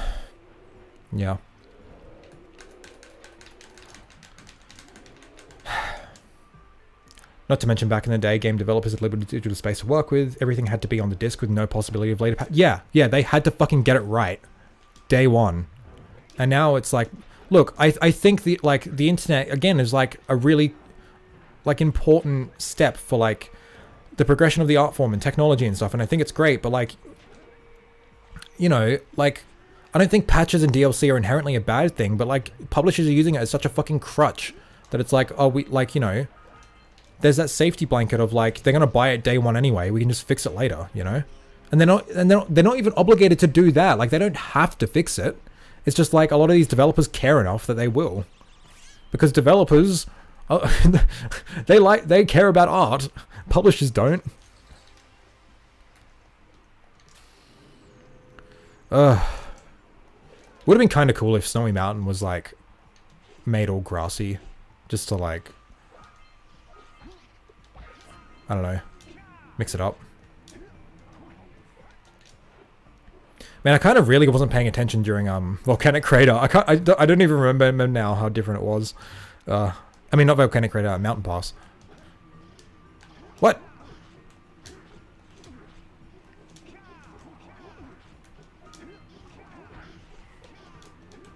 No. On Snowy Mountain, yeah.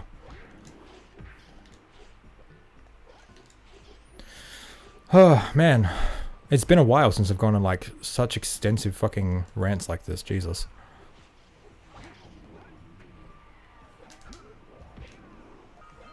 Happy holidays, everyone! I haven't said that a single time.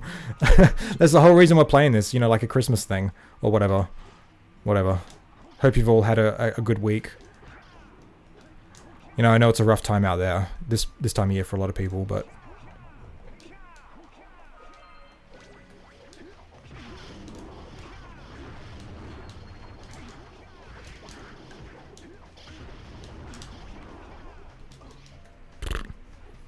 Isn't summer where you are? Certainly is.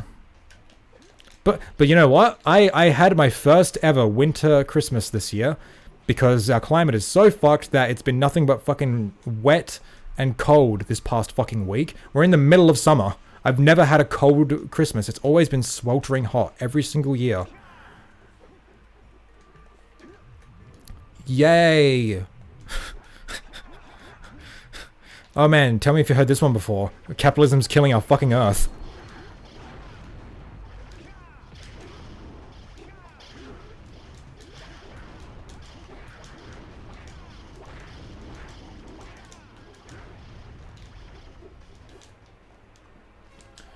Sometimes it's good to rant about the things you're passionate about. Just get out your system. Oh yeah, absolutely. Like I love having these discussions on stream. It's like the most fun I have. Just ranting about this, like, to myself in my own head. It's like, well, what's the point? Like, I don't get to like converse with people and like talk about it with others, which, you know, it's, I like the interactive aspect of streaming because we get to have this, like, you know, it's more of a two-way conversation sort of thing. Fuck me. What?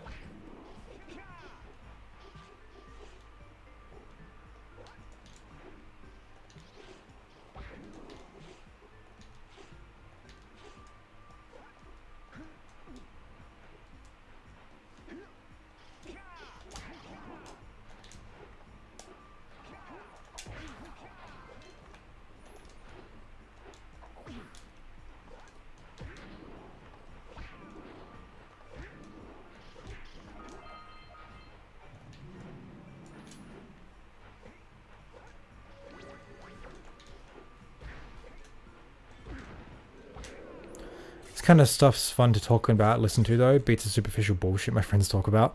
I mean, yeah, like I really value conversations like this, like talking about art, not just as like, oh, was this game good? What was good about it? But like, you know, as like a like a whole, you know, like politically, like socially, culturally, you know, it's important conversations to have, and I like having them. Yeah, that was it.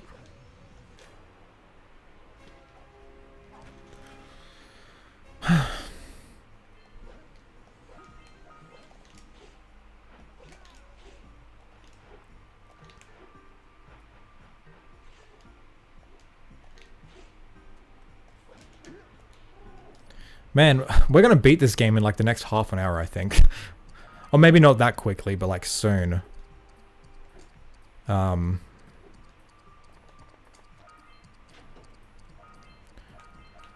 I still haven't fixed the Jack 2 mod, so probably can't play that. Dunno.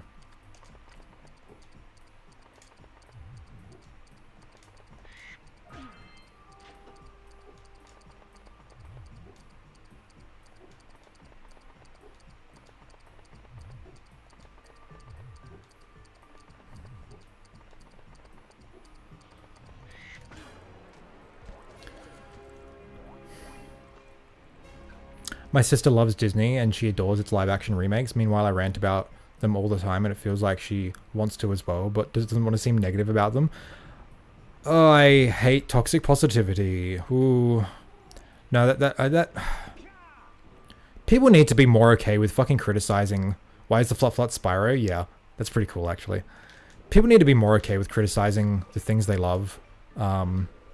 And like the fucking horrendous business practices of our fucking corporate overlords. Like, oh my god. It's just fucking endless content brain rot. It's like, oh my god, I'm getting a new thing. Yay. Don't criticize it. Which is like, you know... Fucking... It's like, I just get the vibe that Spyro fans will just fucking roll over at any... new content whatsoever. It doesn't matter that their publisher has had a fucking CEO that's like threatened to have his fucking workers murdered. You know, like you're just gonna ignore that, Spyro fans. You know, like Activision's like really fucked up. Just gonna ignore, okay.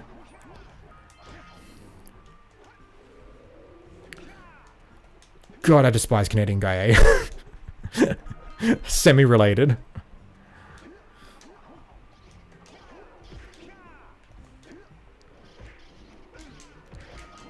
Oh man, Spyro's in like this Crash game. Oh, we're totally getting a new game this year. Whoa.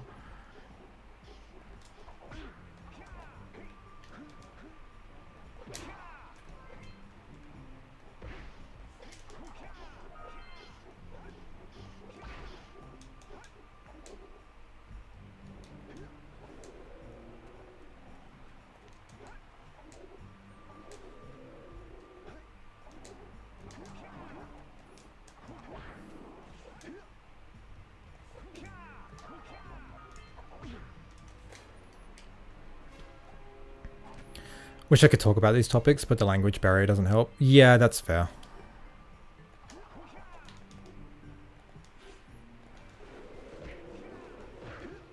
Look, you just say something in your native language, and I'll just sit and nod and be like, yes, I'm sure whatever you said is very thought provoking, and we'll just leave it at that because that's about all I've got.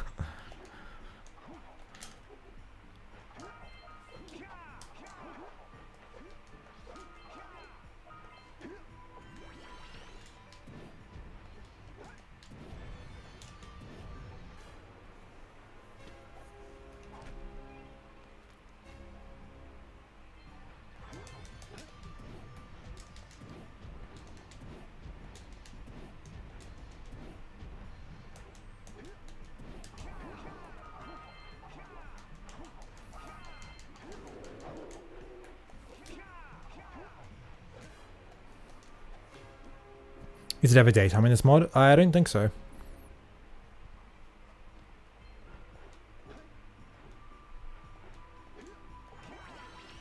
Bro. And this should be alright. Pog. Sweet. Man, we're just blasting through this.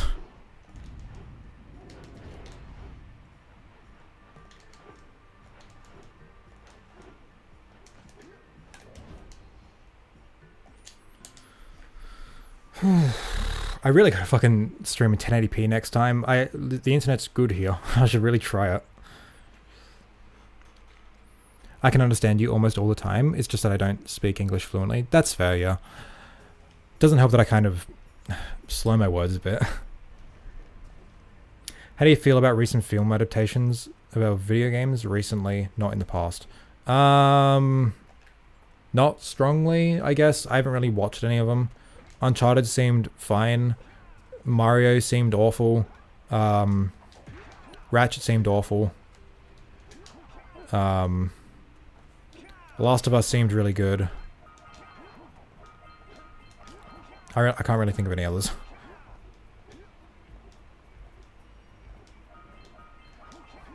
I don't know. I don't feel super strongly about video game like adaptations into like film or whatever. Like I don't think it's like an inherently like bad thing to do. And like, I think it can be done well conceptually with pretty much any game. I just fail to see the point in a lot of cases. And I don't think any of them really do anything interesting enough to like justify their existence. So now is Cave going to be any different? No. Sag.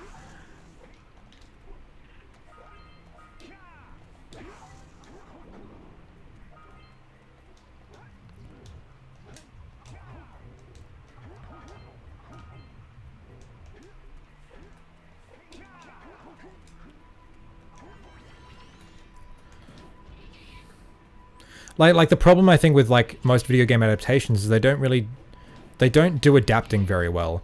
Like this is the same with like any adaptation into a different art form. You need to like actually adapt what's there to fit like the strengths of the art form you're adapting into, you know?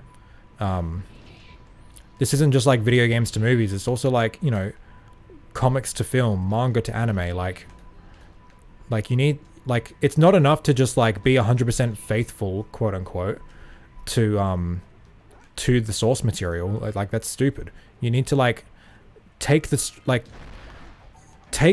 core of what made that thing special and adapt it into like this other art form in the ways that like, you know, suit the strengths of said art form. It's not enough to just make it like look the same, you know? Like most anime adaptations just like take the manga panels, you know, verbatim and just like put it in anime form. And that's kind of, I don't want to say lazy, but it's like you're not doing any adapting there.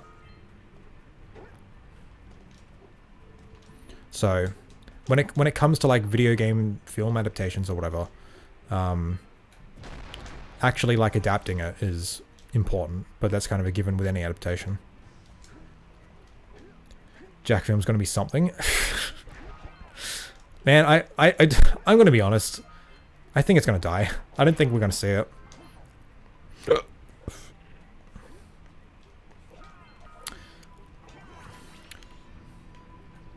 Like, I understand, like, these projects take, like, many years to, like, actually come into fruition, and, like, it only, like, really started or whatever last year or whatever. But we haven't, like, heard a single thing about it. And, you know, I get it. You know, the stuff takes time. Dude.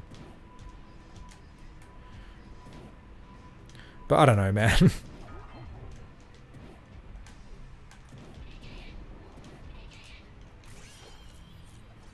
I don't think we're gonna see it. I don't have anything like strong to back up that feeling. I just I don't feel positive that we're gonna see it. Which sucks because like it's not because oh I need new Jack content. I'm just so fucking curious as to like what it's gonna be, you know? Like I just need to know.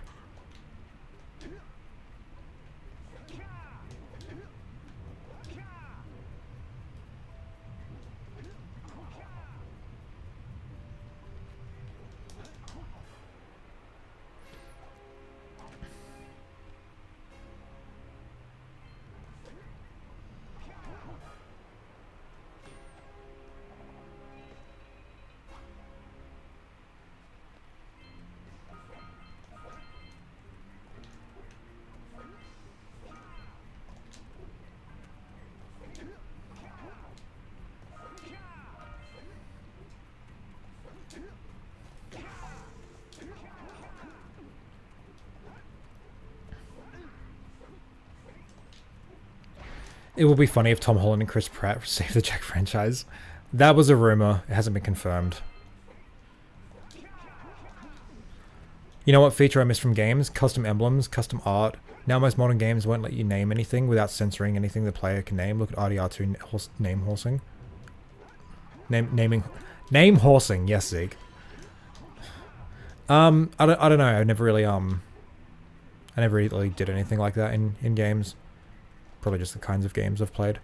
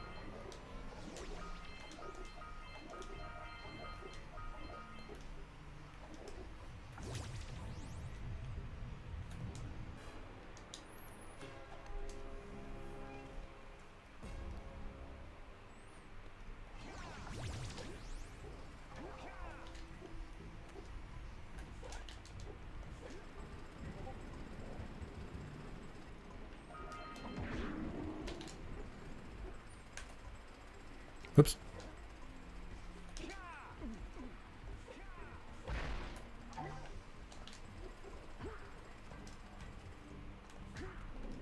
Dude.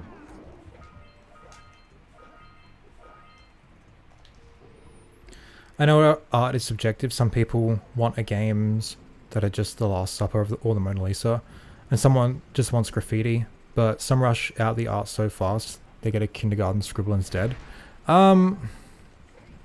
I mean, yeah, but like most rushed games or whatever, if that's what we're talking about, it's not really the artist's fault. It's mostly down to publisher deadlines and fucking shit like that. Hey Lumina, this is the Snow Legacy. I mean, you can't really see it. We're indoors. The blue textures mod. It's the one that like makes everything snow.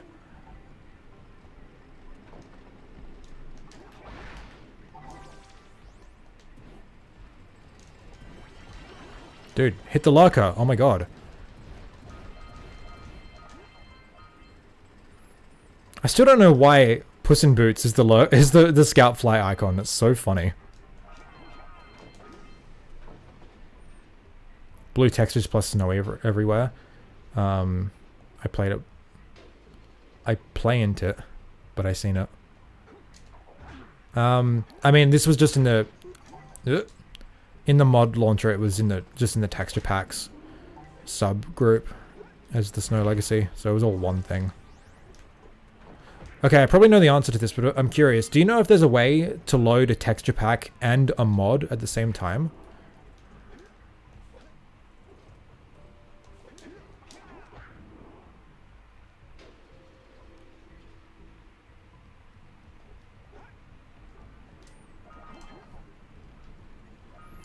Texture replacements are their own thing. Okay, because I launched this through the mod launcher, so... Mods are literally edits of opengoal. Okay. I'm guessing it's not possible through the mod launcher, though. Like, would you have to, like... Whoops. Would you have to manually replace the textures, then launch a mod?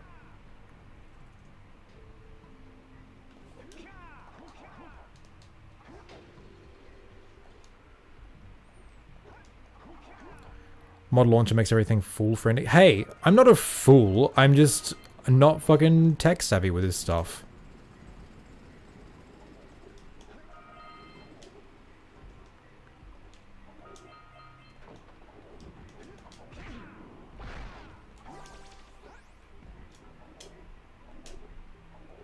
No!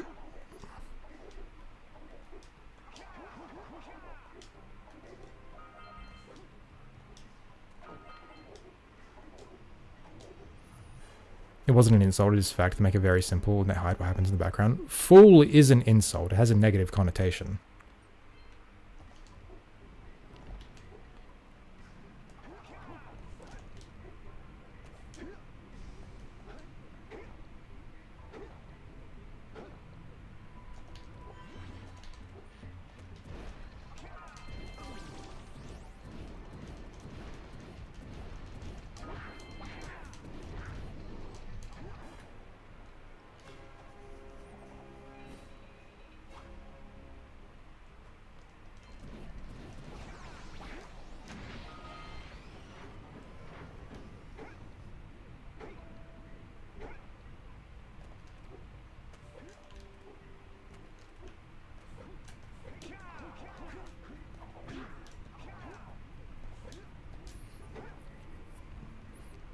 Lost connect. Oh, okay. Yeah. I said fool is an insult. It has a negative connotation. Like a fool is someone who's like easily tricked or like is delusional or whatever. You know, like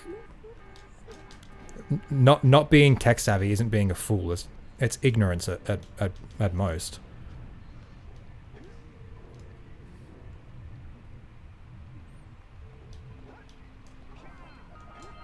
An average Jack fan from... Well, yes.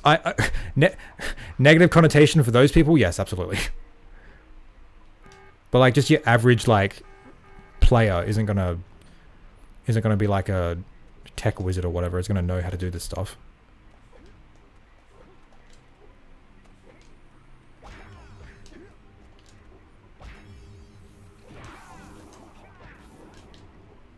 Nee.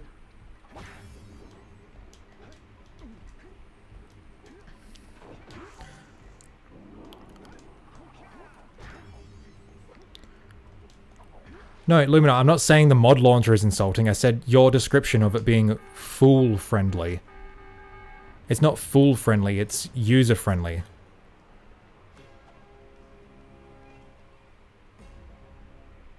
I don't feel insulted using it either. I'm saying your description is.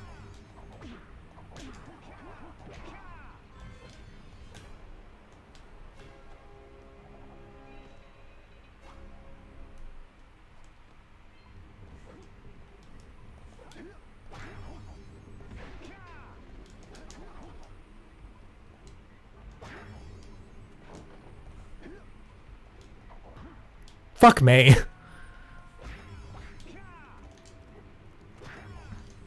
Texture replacements just need to be placed in the texture replacements folder. Okay. I can probably do it at some other point. It's a bit late now. I'm already like near the end of playing this. The reason is because I wanted to try and play like a gameplay mod with this texture pack, but I didn't really look into it.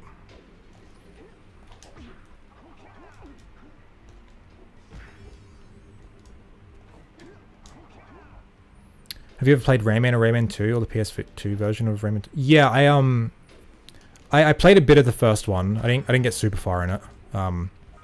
Wasn't really playing it seriously.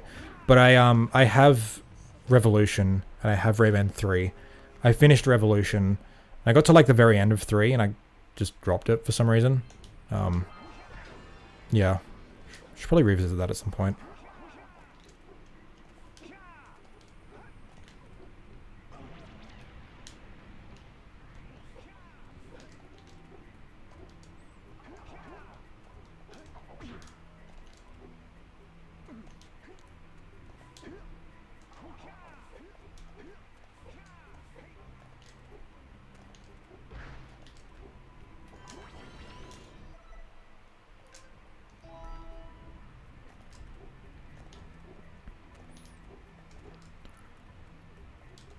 The snow weather is definitely not a texture pack.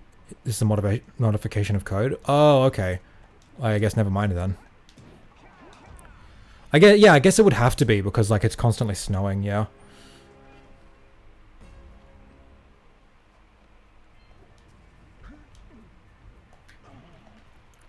Kind of wish someone would make a spiritual successor to this game. Maybe an indie developer would love that instead of a remake or sequel. Yeah, there was that Skylar and Plux, which I think was, like, fine. Very clearly inspired from Jack. Like, the moveset is, like, a combination... Like, the moveset is literally all of Jack's moves, and then some of Ratchet's with, like, Clank's hover pack sort of thing. It was fine, but very short and very unoptimized. Yeah, it was very clearly, like, a small team. You know, I thought it was fine. It was good. I think, oh yeah, it's no longer available either, which is really fucking weird and stupid. I still have it installed on my PS4, so I guess I just won't uninstall it. Guess it wasn't a success. No, I think it was something to do with the publisher fucking them over. You know what else is new in art, right?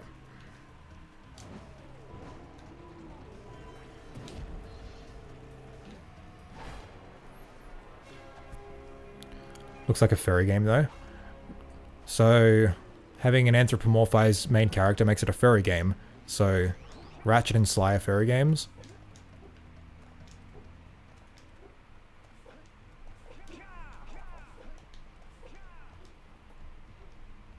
Also, what's wrong with fairies? Is that a bad thing? If it was?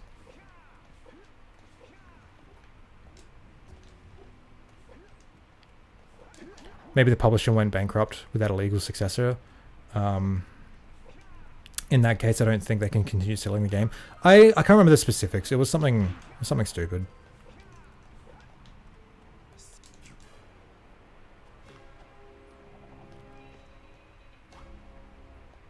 I think the lava particles also changed in code. In code, all particles rather. Oh, okay, interesting.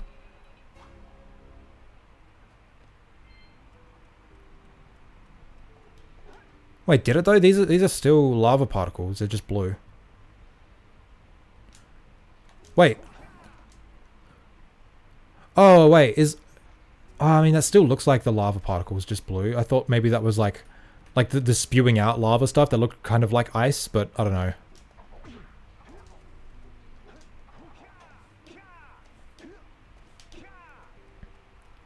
Making fun of fairies is like a less offensive version of making fun of... No, never mind, that sounds bad. How about we just like, don't be a prick and don't make fun of anyone, unless they're like a conservative, because they're fucking idiots, and make the world worse for everyone.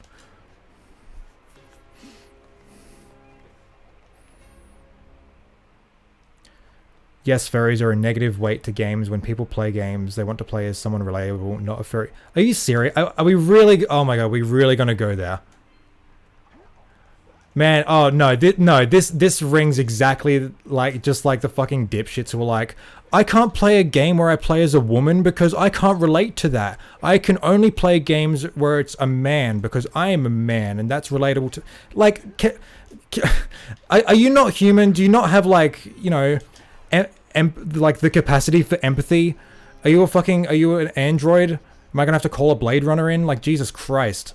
Like storytelling is about like empathizing with the main character, and it's like you can do that no matter what. Like there are games where you play as like fucking like literal blobs or like little aliens or whatever. It's like really like that's a weight down on gamers because I'm a human. That's the... Are you serious? Oh my god. Oh yeah. Okay.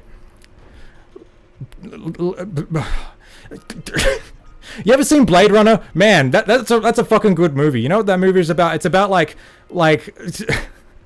the philosophy of like, oh man, what does it mean to be a human? Does it mean you're like literally born with like this organic matter this specific way, or is it something experiential? You know, is it something like that like you experience and like that's what makes life valuable? You know. And you know what? That's some really interesting philosophical stuff. But let's think of like, you know, just other like non-human characters. Not even like animals. What about like robots, right? Can you empathize with a robot because you're not human?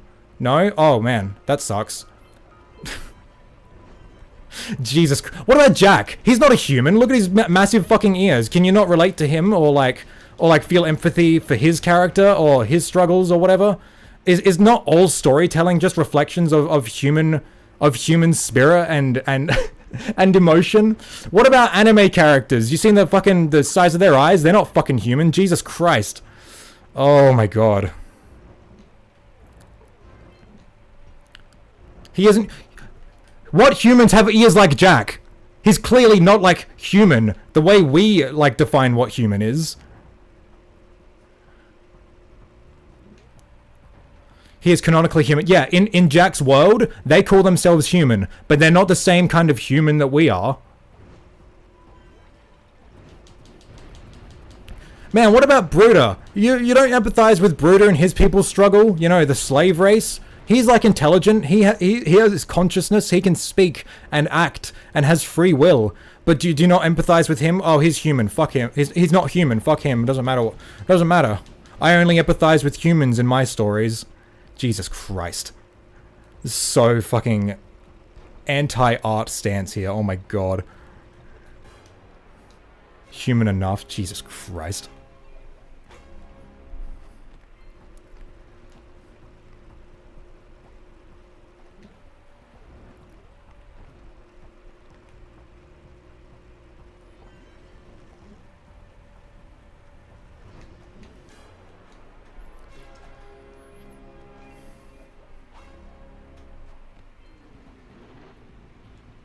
Everything is relatable in video games. Ratchet's one of the most relatable characters to me. I'm not a furry. I do not have issues.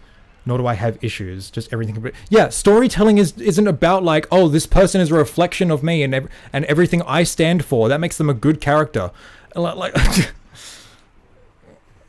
Ratchet, like, he might not be a human, but he has like human struggles because he's a character in a narrative, and narratives are written by humans, right?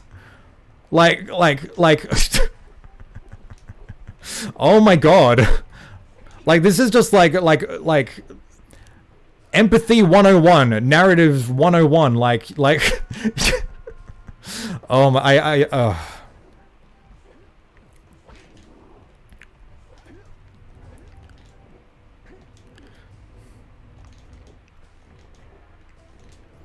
Man, do you not empathize with like the dogs that die in like films, and it's like really sad for everyone? Do you think like when children cry when their dog passes away, they're just being irrational because you can't relate?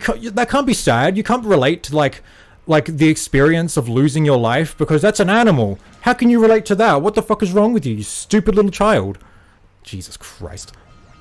I don't have pets. That's fine. But okay, yeah, that's fine. But do you think people are stupid and irrational for being sad when their pet dies?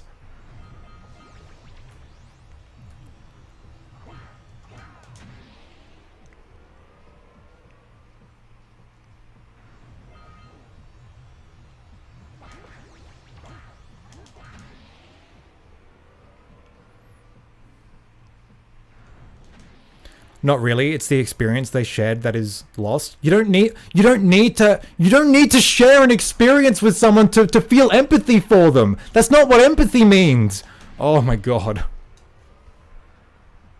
I don't share the experience of the Palestinians right now getting their fucking limbs blown off by a fucking fascist government, but I still empathize with them because like because it's a shit experience. It's a shit thing to go through. And it's a human struggle. Like it's not something I have personally dealt with before, but I can imagine a scenario where I would have to deal with that because it's something that humans struggle with. I've never experienced the loss of a family member, like a sibling or whatever. But like I empathize with people who have lost siblings because I'm a human and that's a human struggle.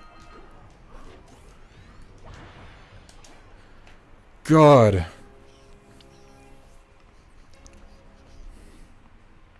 People love the film Toy Story and the main characters are toys. You know, yeah. Do you think Toy Story is like you won't watch Toy Story? Oh, I don't empathize with these characters. They're not human, but they're like made of plastic. Oh my god. You don't love Israel, dude? No, it's a fucking Jesus Christ. Oh yeah, I love the nation. I love the nation state.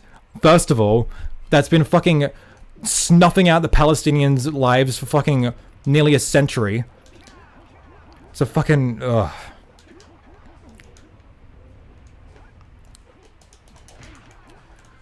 Fucking you never seen Toy Story?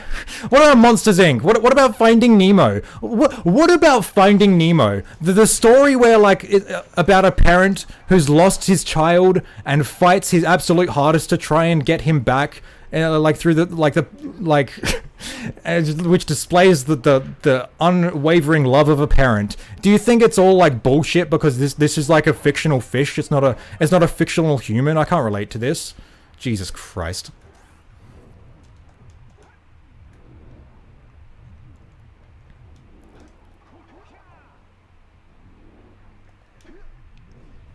Oh yeah, do you know?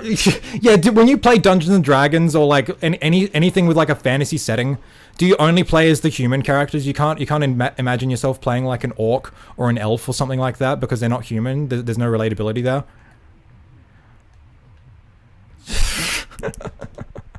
Oh my god.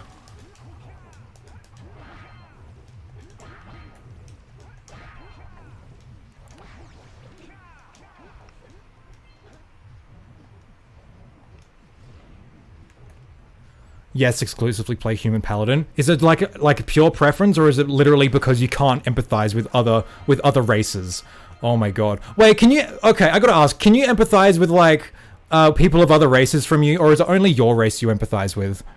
Because oh well, they're different from me. I can't empathize with that. I haven't experienced their life. So I can't empathize with it.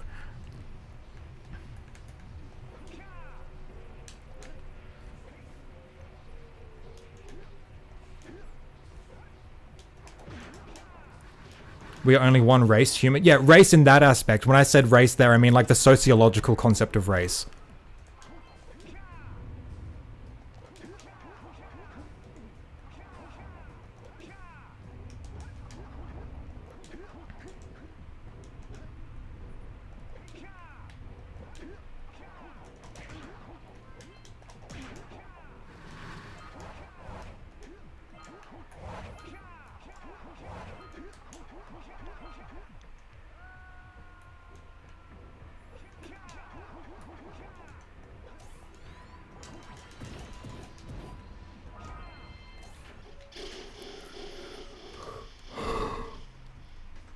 True, that's the only race. You know, I don't think I've been speaking to someone intelligent enough to understand what I'm trying to ask.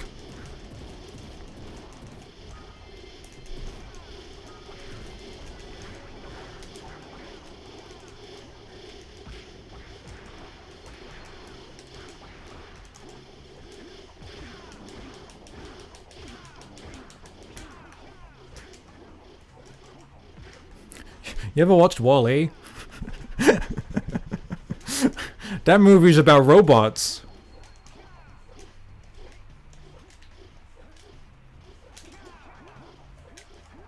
Ugh.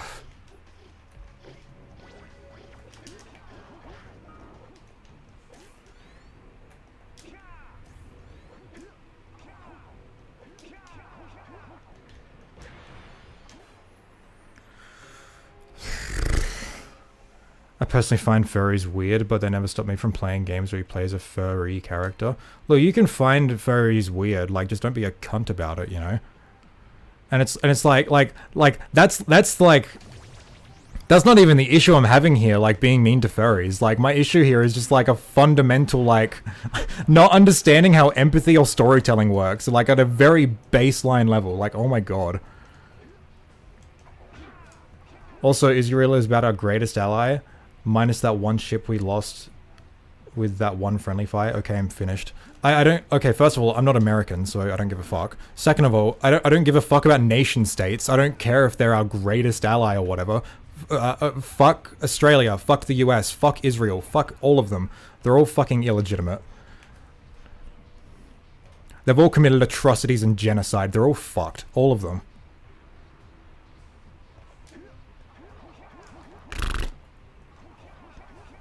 Just in time to see the anime moves out.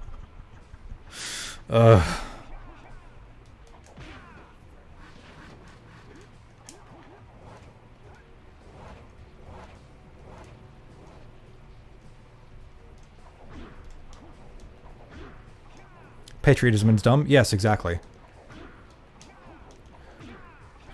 The inability to feel empathy for fictional characters that don't 100% align with your experiences and worldview. Oh man, no wonder you don't support the Palestinians. Jesus Christ.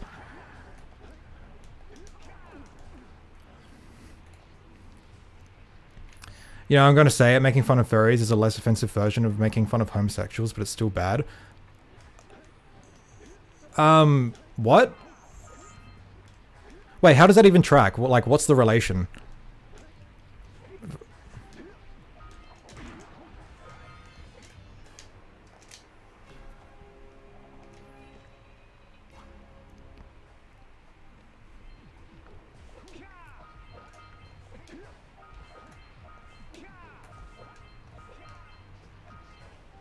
Uh-oh.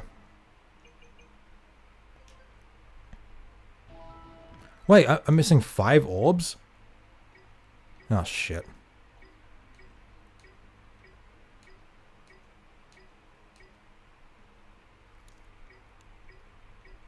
Fuck me.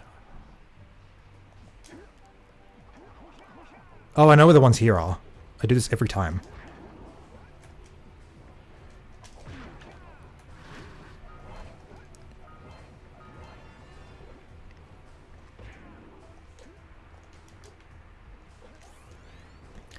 They both are what they want to be, but it's still bad to make fun of them. Okay, yeah.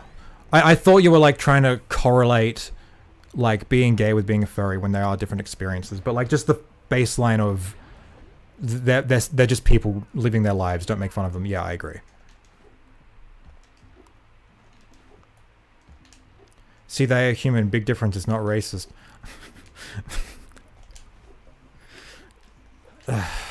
Okay, so look, I've mostly been making fun of you because like it's like the whole like engaging with art thing, but it's like outside of that, I think it is like a fucking disgusting worldview of like human centric, like humans are the only things that matter, human supremacy, blah blah blah. Oh, they're right here. But I guess that's a different issue. As long as you're not a fucking racist piece of shit, that's nice, I guess.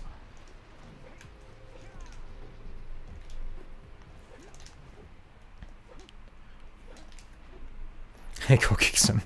Welcome to this cursed motherfucking stream. Oh yeah, happy holidays, everyone! That's why we're playing this mod. Because it's fucking... fucking whatever. Christmas is bullshit anyway. You're just saying stuff to gain a reaction, or you legit hold this narrow-minded, naive view of the world. Look... I don't know. People often do say dumb shit that they do mean, and it sucks when that's the case. Aren't furries also humans? I just want to be... No, we don't have furries in my country? Yes, you do. Just because you haven't met any doesn't mean you don't. Furries aren't people necessarily who want to be animals. That's not really what a furry is. Furry is like a subculture of people who like just... like... They just it's just a hobby, you know. It's just an identity to do with like anthropomorphized like animals, and like it's fine. It's also not inherently sexual like a lot of people think it is. It doesn't mean they want to fuck animals. It doesn't mean they want to be an animal.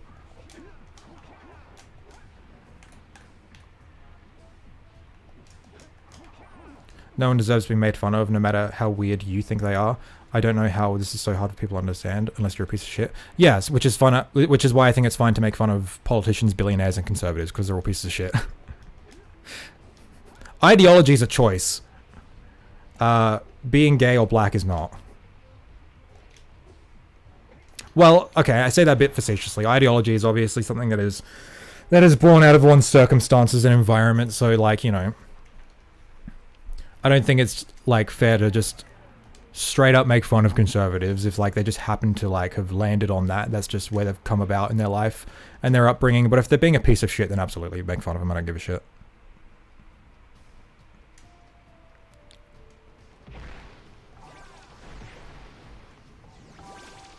Politicians and the bourgeois, however, yeah, fuck them.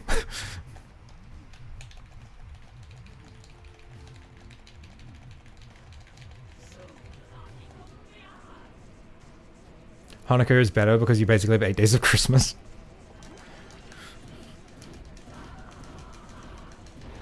Man, 1 day is bad enough.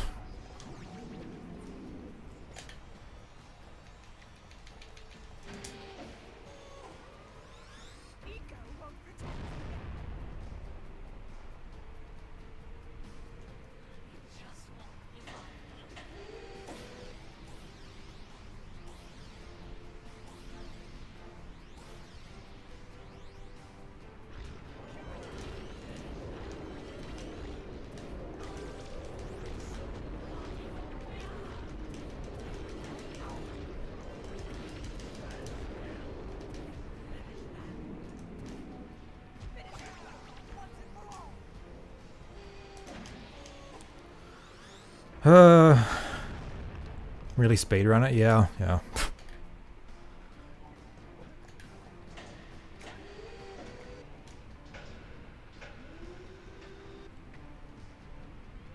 wasn't even trying to play fast either.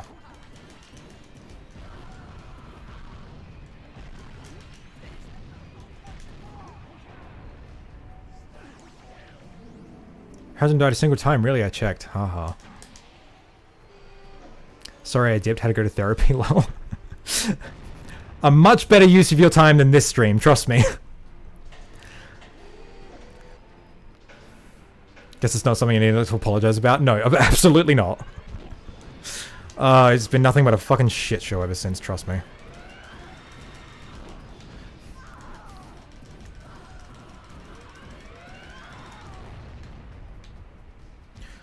Hey Mecha Canal, I've got a question for you. So you're driving along a road and you see a tortoise and it's lying on its back and it can't get up. What do you do?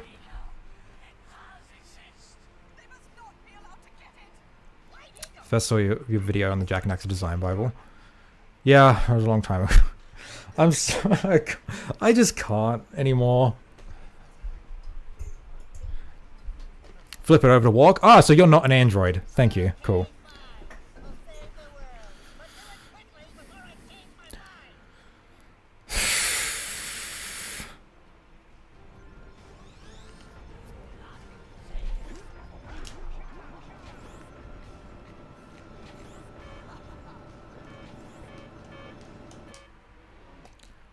Oh, I crashed the game. Whoa. Yay! Oh, that's it.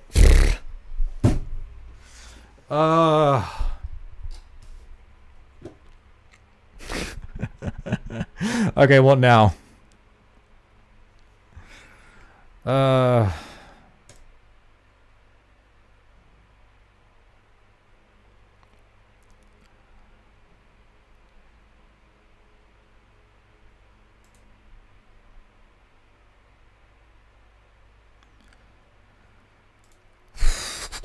Oh wait, there is one mod I wanted to play on stream that I played with very briefly.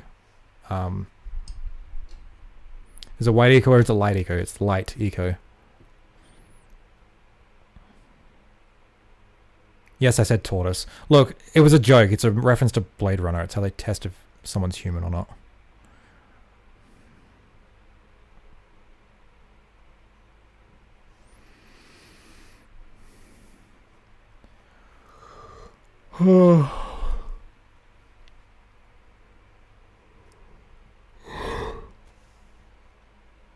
Is this gonna launch or not? Oh, it's got to update. Okay. Oh, I didn't see Blade Runner. I don't like robots. Oh, it's not. It's just, maybe you should. You know what? Maybe you should watch Blade Runner because the main character is a human, but it's about like the nature of consciousness and humanity, and it's a very poignant, interesting, philosophical film that would actually probably make you a better human. Jesus Christ, man! You never seen the movie Robots? that animated movie, man. Wasn't it just like so heartbreaking when like the little dude, the one that laughs a lot, was laughing at the guy because he wouldn't let him in the gate? Man, you didn't feel any empathy for that guy? Really? Man, Jesus Christ.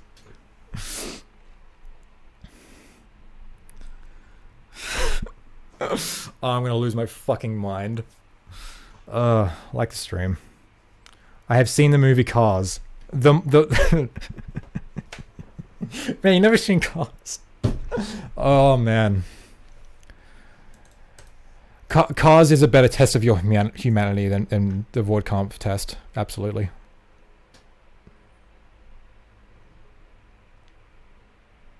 That guy gets kicked out of the film at the end. What, in Robots? I haven't seen it in so long.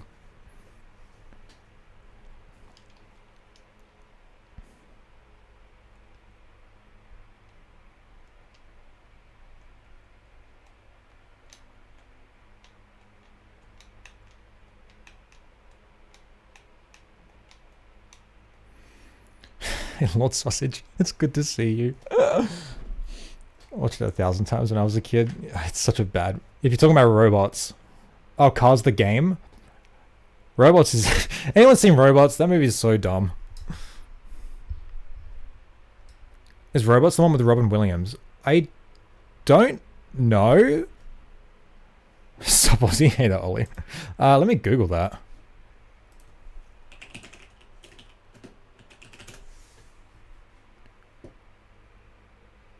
Apparently he played... Oh, he played Fender? Oh shit, I didn't know that. Nice. Yes, it was him. Okay, here we go.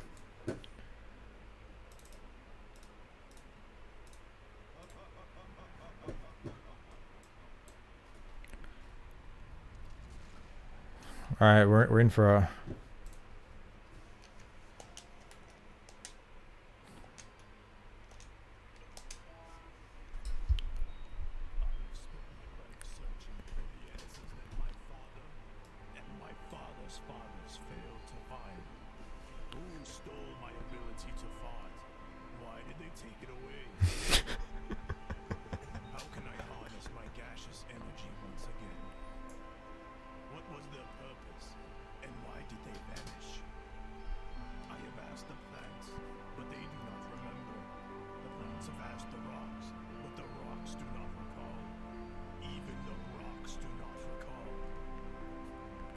The only thing I remember from Robots is the mum one with the dump truck.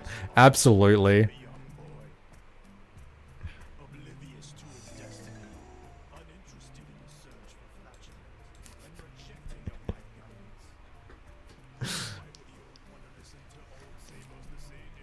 I need to be productive. Okay, bye, Luminar.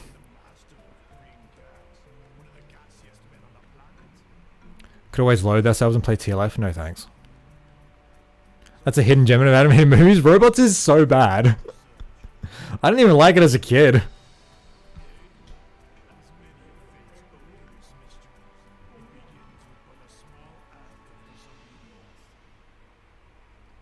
Hey, Jack.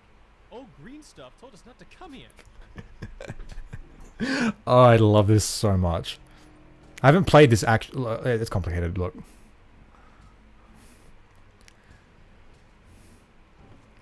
I remember seeing all of the early character designs of Jack, and I really liked the one where he had the red tunic and dreadlocks and was black.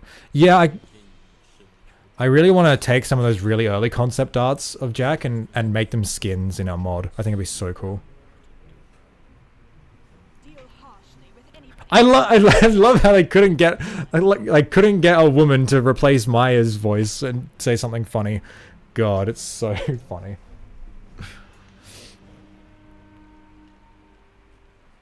What are we doing here anyway, Jack? This place gives me the creeps.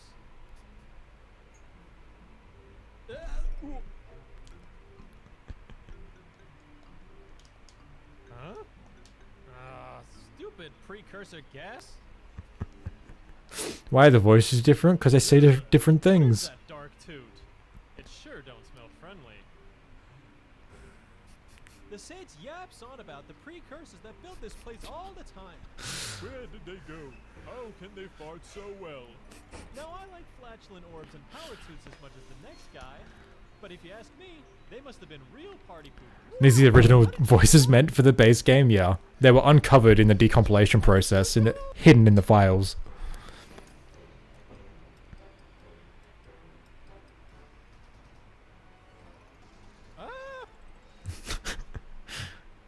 Here we go.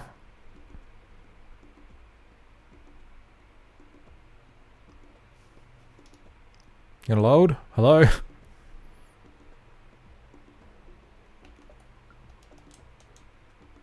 Uh-oh.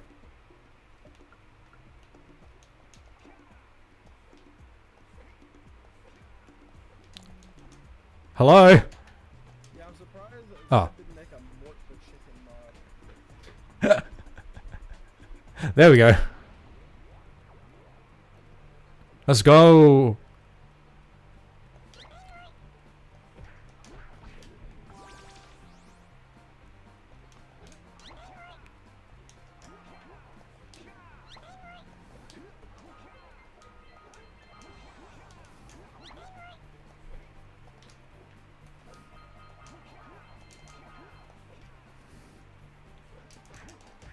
Hi Jack, this is Samos the Sage. You have collected a chicken eco. Chicken eco gives you the power to fly. Hold down the square and circle buttons on your controller. Yeah, I think they're lying about the chicken eco. I hold down square and circle and nothing fucking happens.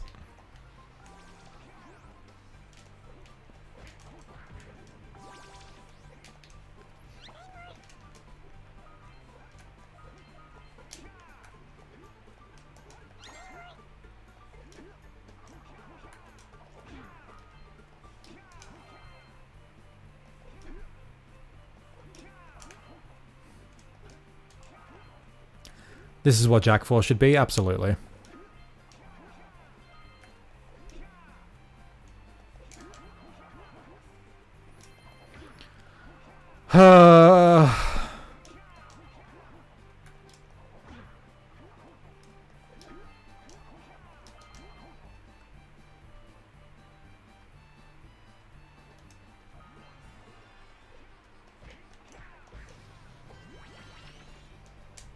Oh, cool.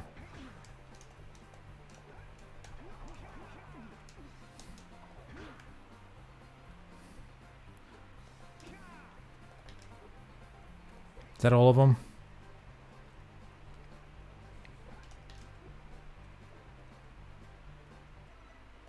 Cool.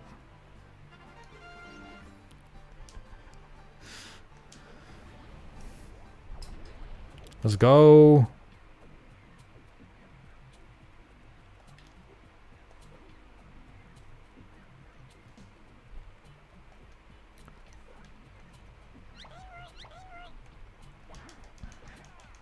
Ah, Jack, this is Samos the Sage, and you have collected a chicken eco. Chicken eco gives you the power to fly if you hold down the square and circle buttons on your control. He's lying to me. Square and circle doesn't do anything.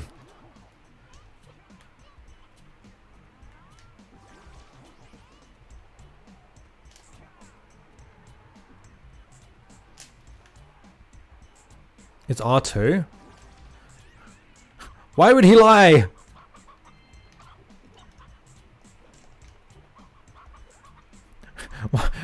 Why would he lie to me?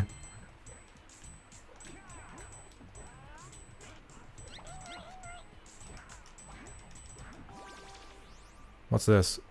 Oh, it makes it snow? Oh, it's ice! Don't know how this helps, but... It didn't. I wish I stuck to the formula of the first game.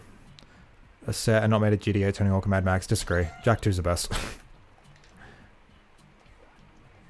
Actually, you know what? No, I agree. I wish they made it Malt the Chicken. Fuck's sake.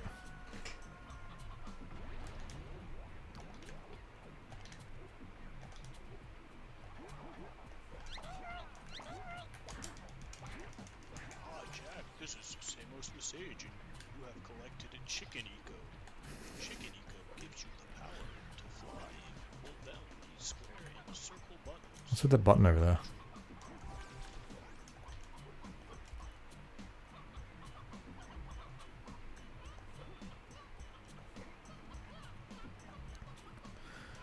To be honest, Jak 1 was already good. Making a sequel be just more of the same wouldn't have the impact Jak 2 has. Also really like Jak. Yeah, like Jak 1 already like perfected the collectathon platformer. I don't know how they could have like done anything more with that formula and still kept it interesting.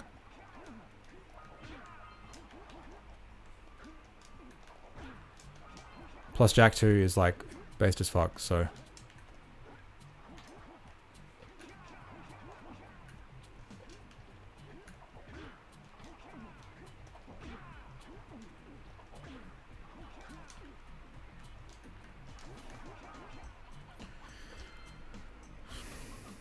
I wish they'd make a sequel to this Jak and Daxter game, unfortunately. Daxter died.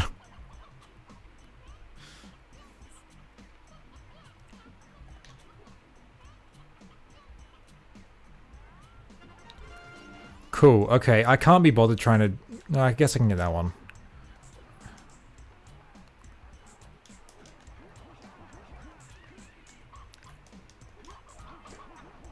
Okay, I can do this. No! Oh, well, I still collected the chickens, so it's fine.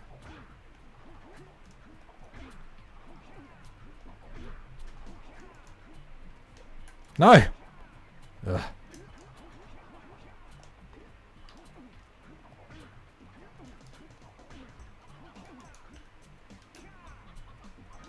There we go.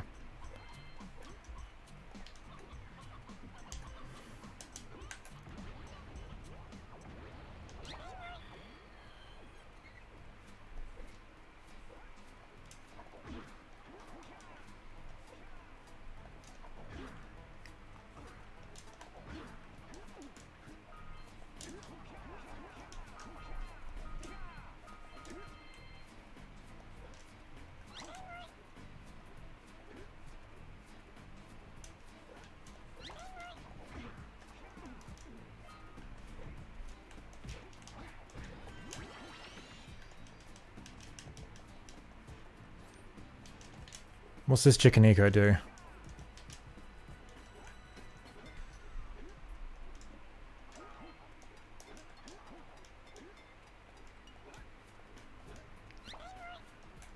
I like the Lost Lands content that the fans have made. I wish that would have been DLC if they remake the game.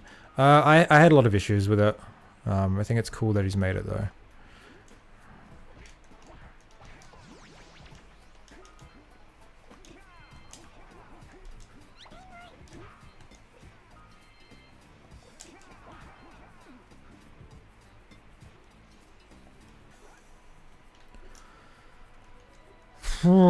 With open goal, I don't see the point for a remake. Yeah, exactly.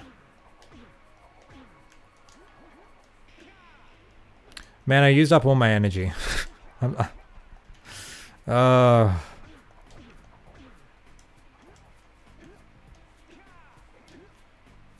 Those little flop flots? No, they're chickens. Hey, noise tank. With the 20 pounds. Thank you very much. Good timing. I was rewatching the iceberg video, and you just happen to be streaming. Keep up the good work, boss. Keeping the community afloat. I appreciate it. I don't think I'm doing a good job of that though. I seem to fucking antagonize the community more than anything. But I appreciate it. Thank you very much.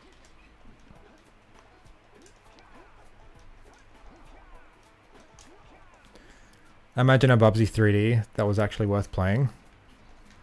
Well, yeah, Bubsy 3D. That was everything, right? Yeah.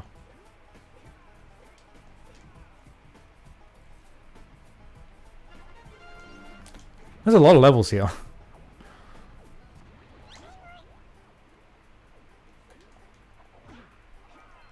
Yeah.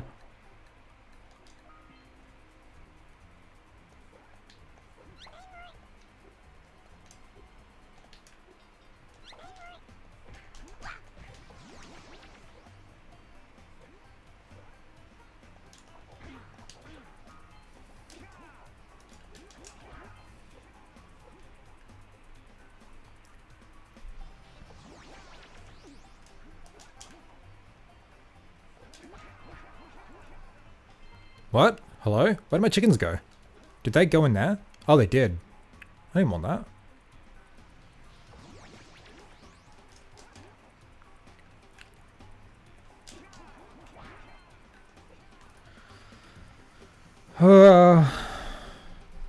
A friend of mine is trying to make a spiritual successor to Jak and Daxter called Myro and Liu, and he said the game was going to be like this game but have a modern Disney art style. Cool. That sounds vaguely familiar. I don't know if it's like been announced or anything. But Bubsy 3D has missable orbs, so it's terrible. Ah, yes. Oh, I didn't even get the orb! No! Oh, cool. If I just let the chickens in there, then I don't have to worry about it. Cool.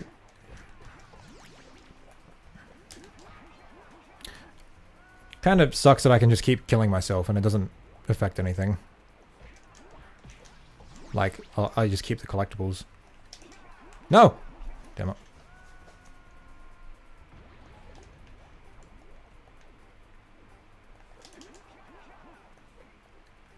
Wait, can I fall through this? Oh, I can't. Okay. My man's single-handedly keeping the Jak 3 Salt Factory running. True.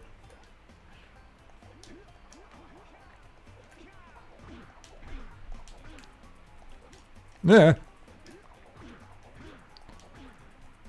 Bubsy 3D, also known as the greatest game ever made. Elden Ring has nothing on it. True. Bro, there's like a broken wall? Dude, that's so cool. Ah, Jak, this is Samos the Sage. You have collected a chicken eco. Chicken eco gives you the power To fly. hold down the square and circle buttons. I need to know who's doing that voice. It's so good. Oh no.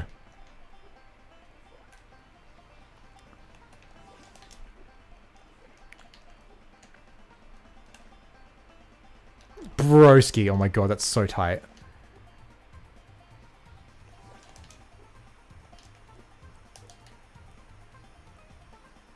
Oh my god. Okay, cool.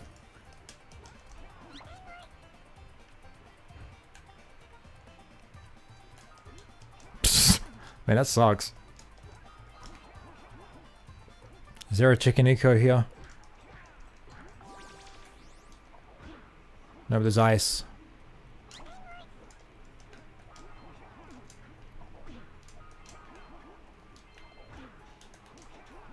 Broski.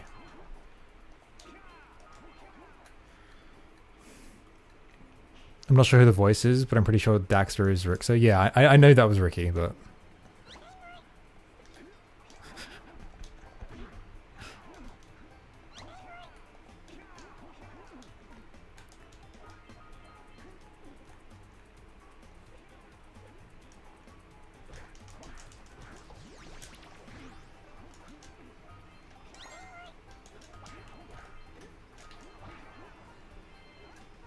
Oh, did I get that one up there? Oh, I didn't even realize. Okay, cool.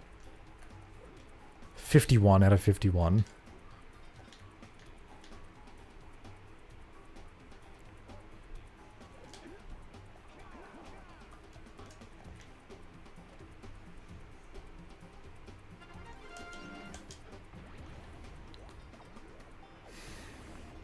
Better than text-to-speech voices, the Lost Lions. Yeah. I much prefer a really... I much prefer a bad and awkward voice performance than a fake one. Because at least the awkward ones are charming because it's done by a human, you know.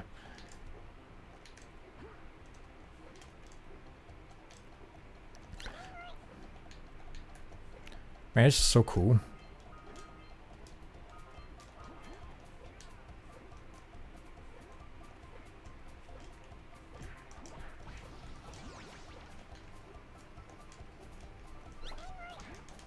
Yeah.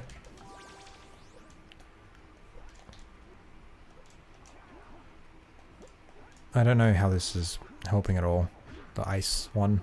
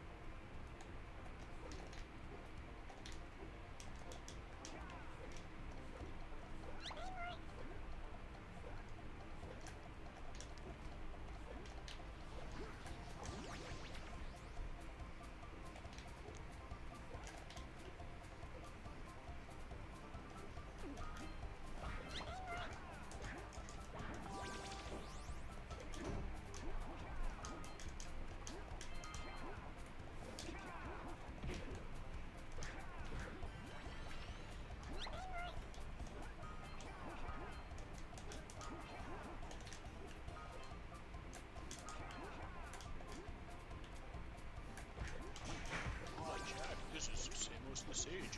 You have collected a chicken eco. Chicken eco gives you the power To fly. hold down the square and circle buttons. Fuck.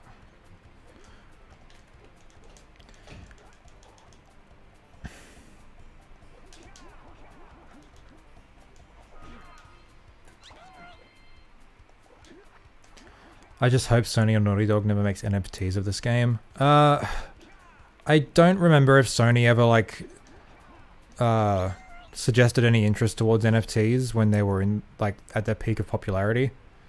But if they're gonna make any NFTs of anything, it wouldn't be the Jack games, I don't think.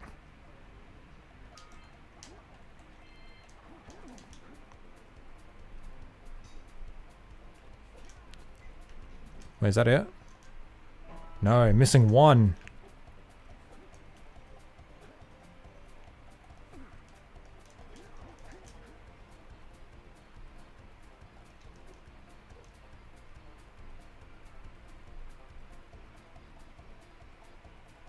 Where is it? There it is.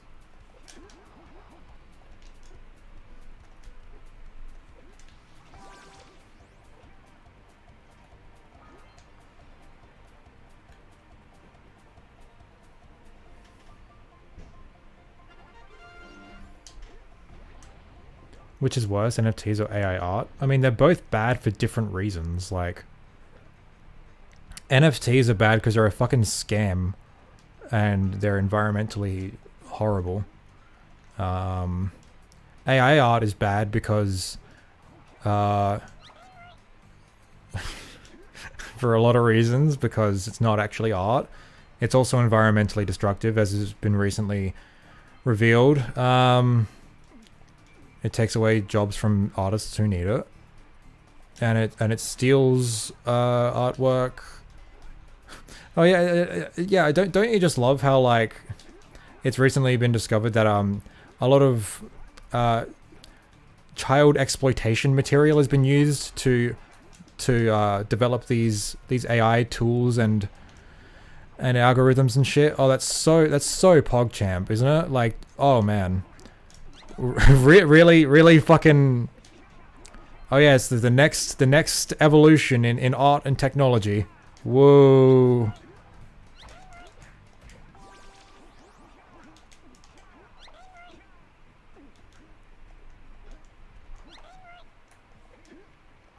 Jesus Christ.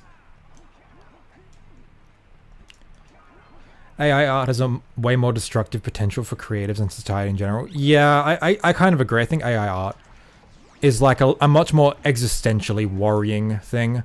NFTs are just like, they're just stupid and like scams. Like I mean, I obviously think they're bad, and I think mass adoption of it would be fucking horrible, but look, I'm just like, and NFTs didn't make like Google images like not be able to function, you know? Like you can't use Google images anymore because like it's just fucking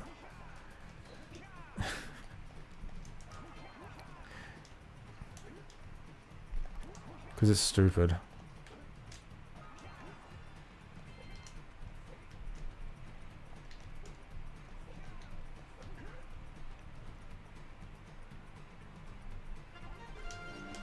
Ice Canyon, ooh. Oh, bro. Dude, this mod is so cool. I gotta play Mort the Chicken.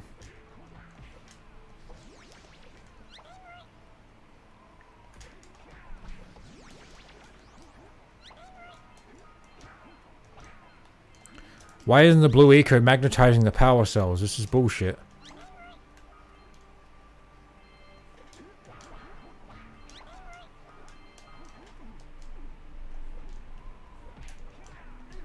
No, come back.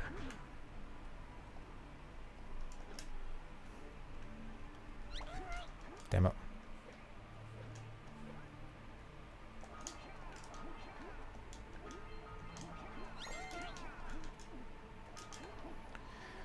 Isn't the whole entirety of this Mort in this mod, or is it just a bunch of levels? I have no idea. I've never played Mort the Chicken.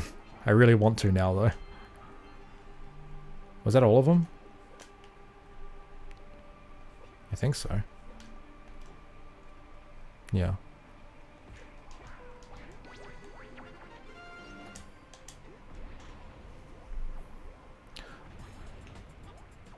Save more chickens. I don't know which is more destructive to the environment. NFTs maybe, but AI goes through a lot of water for cooling. Yeah. I think like this AI art crap is still relatively new though, so I don't think we've really seen the full extent of it. Ugh.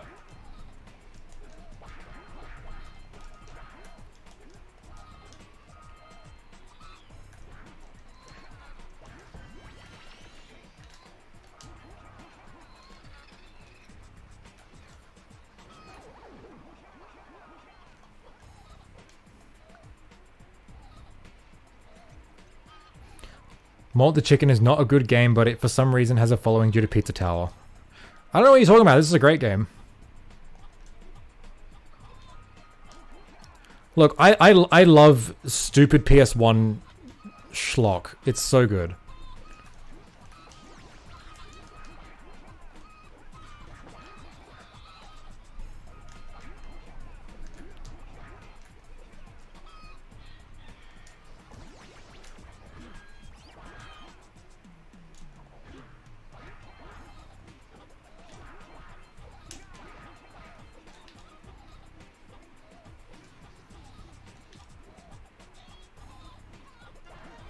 No, no, no, no, no!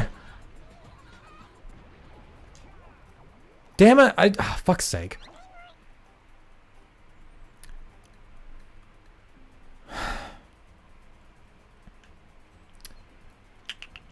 If you love PS1 stuff, look up Gubble. Sure, I'll do that now.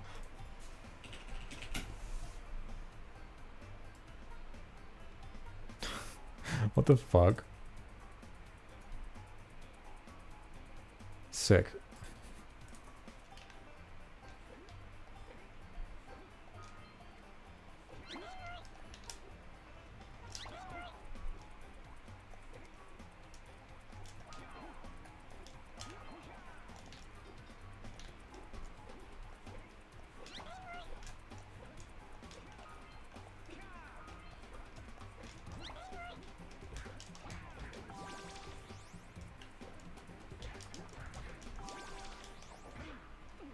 I don't like this eco. Man, I didn't like red eco in the base game either.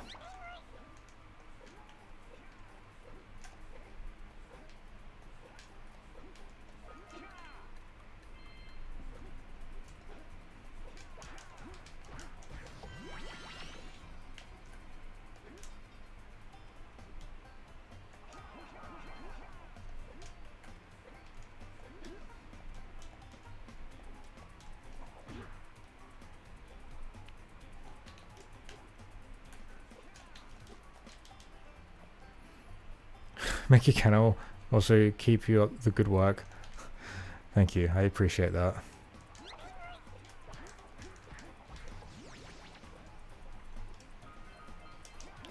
Although I'm not sure what good work this is. Fucking Mort the Chicken, Jack mod.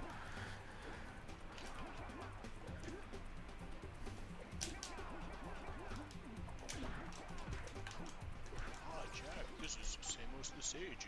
You have collected a chicken eco.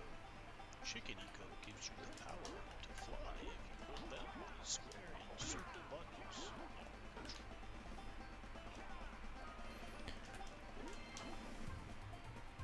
God, this music's so good. Well, you're giving the guy exposure, maybe. Well, Mort the Chicken. Yeah, he deserves it.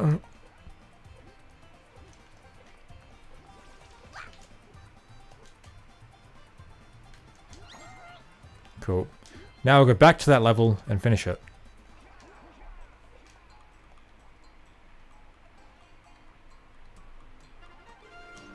It was coins.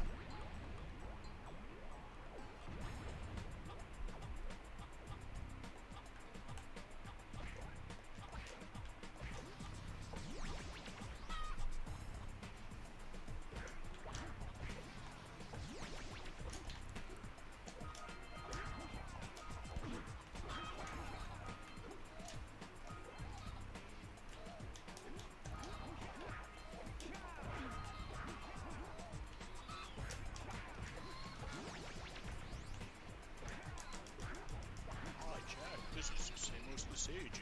You have collected a chicken eco. Chicken eco gives you the power to fly if you hold down the square and circle buttons. Cool. Alright, is that it? I didn't see a new level. Ice slide. Okay, cool.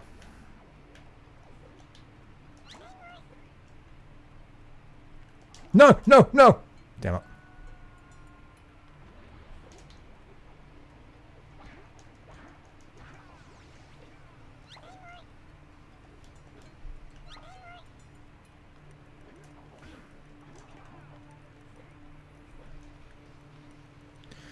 I don't know anything about GPU mining, but anything involving Bitcoin is probably a scam run by idiots. Well, yeah, the Bitcoin, like, so with Bitcoin, what they do is like, the way you get Bitcoins is by like mining for it. Like, I don't understand it completely, but it's like the way they do it is they use graphics cards because they're like they have a lot of computational power. And these people have like entire racks just full of graphics cards mining for Bitcoin. And and that just like destroys the graphics card. And so then they like sell then they sell the graphics card that's like been used exclusively for mining, and it's like try and pass it off as like, oh yeah, no, I just needed an upgrade, and they're just fucking scamming people. But look, tech bros who like bought into all of the crypto bullshit, they're all pieces of shit. That's my thesis, okay?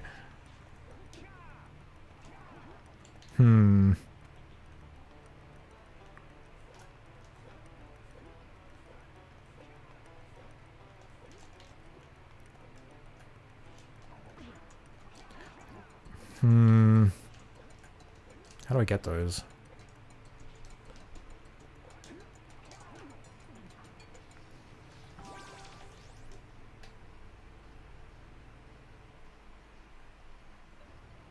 I'm not gonna make this without dying.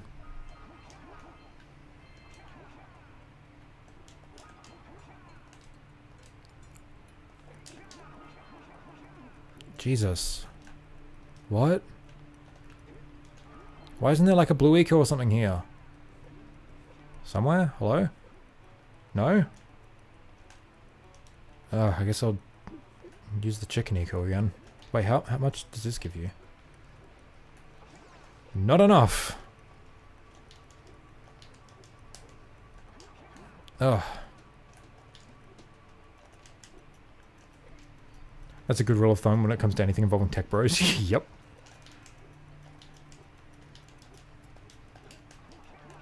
Ugh. Chicken eco it is.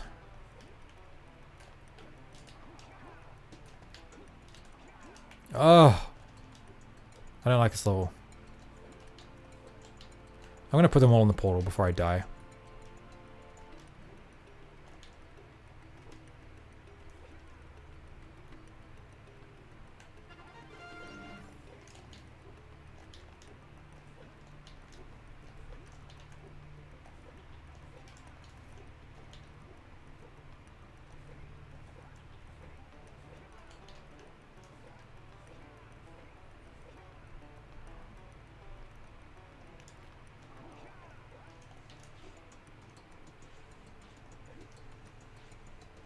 Oh wait, no, I can just use that.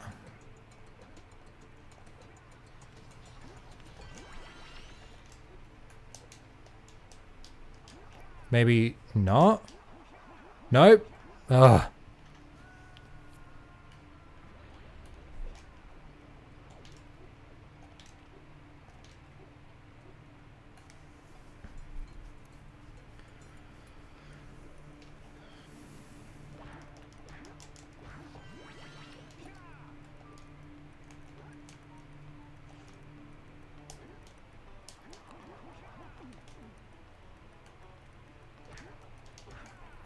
Hi Jack, this is Samos the Sage. You have collected a chicken eco. Chicken eco gives you the power to fly and hold down the square and circle Cool. buttons. I don't know if that's the intended way to do it, but that felt jank. Islands.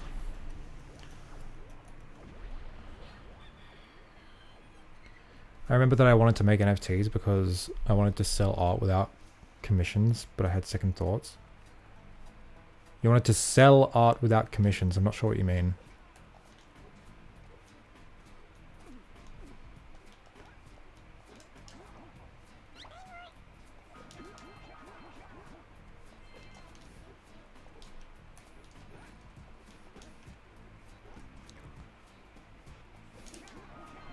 Let's go, damn it.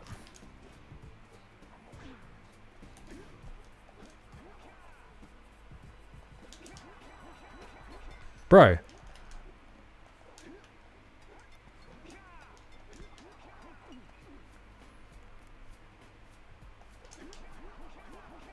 Okay. Like selling art without work? Yeah, but like they use the word commissions, and it's like when I think commission, I think you pay someone to make art. But it's like when you sell art, it's usually selling your own art, so I don't know. I don't know what they mean.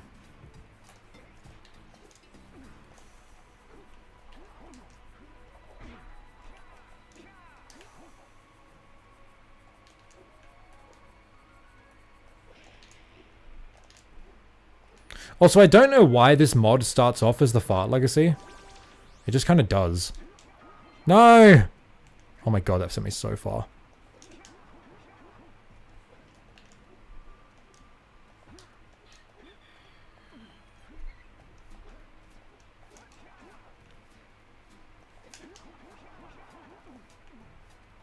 Okay, I see what it wants me to do. This is jank though. Oh, fuck off.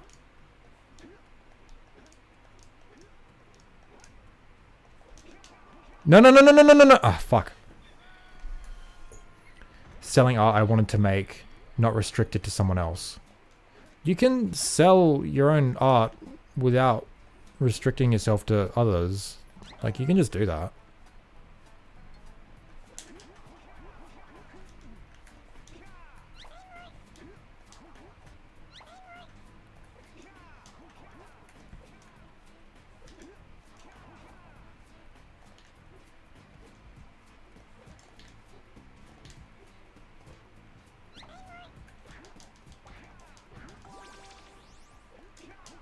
There we go.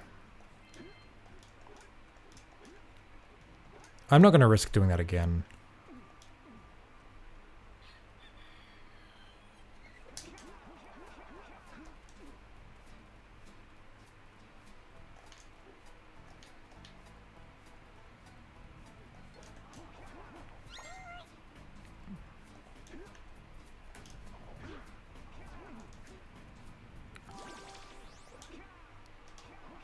No, no, no, no, no, no, no! Oh my god. Man, this red eco is fucking... It's crazy.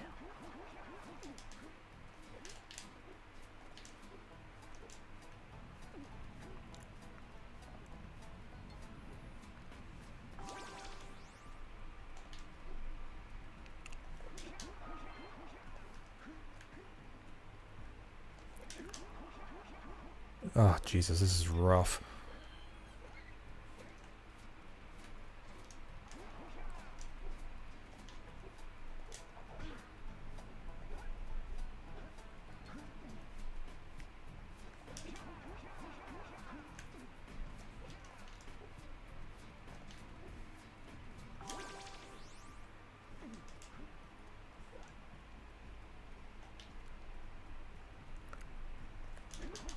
Dude, oh my god, no.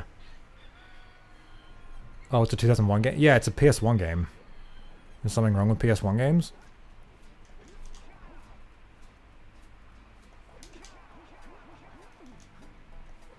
Wait, Jack 1 is a 2001 game.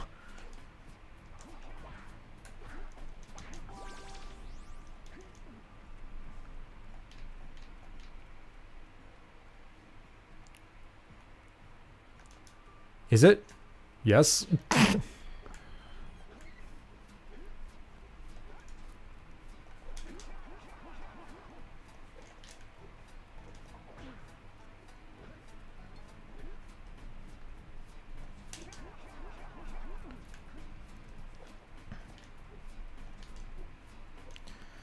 Oh, man. Wait, what's... Oh, there's orbs over there too? Jeez. Oh my god, I suck.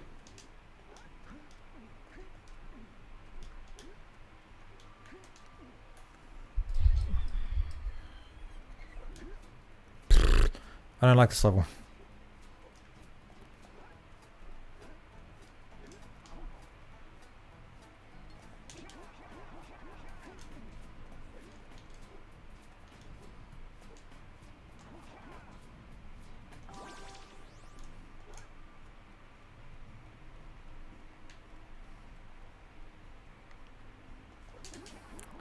Dude, this is so fucking rough. Oh my god. Oh, there we go. Let's go. And I didn't die. And now there's an orb over there as well. Damn it.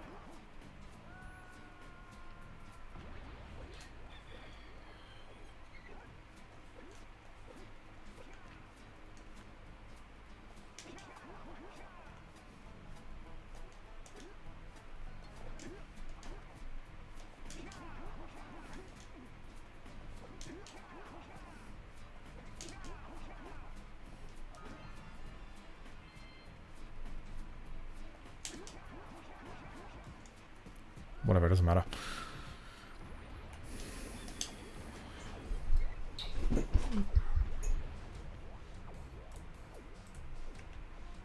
No, okay.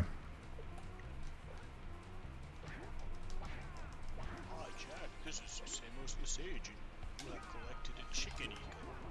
Chicken eco gives you the power to fly and hold down the square and circle buttons.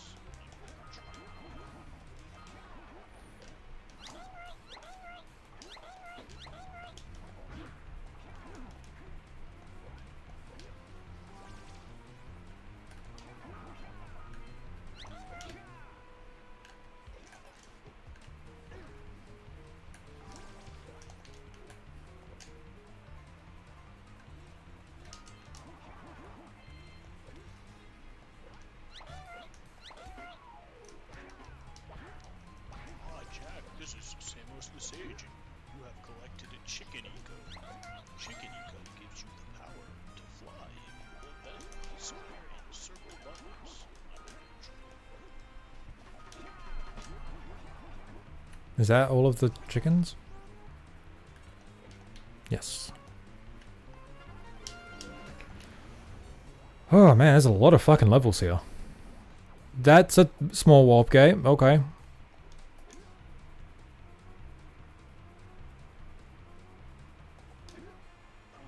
Haha, nice. Oh my god. No! They just threw that voice clip. Every time you pick up the eco? Yeah. I mean, it's helpful. I know which one's which now. Hi, Jack. This is Samos the Sage, and you have collected a chicken eco. Chicken eco gives you the power to fly and hold down the square and circle buttons.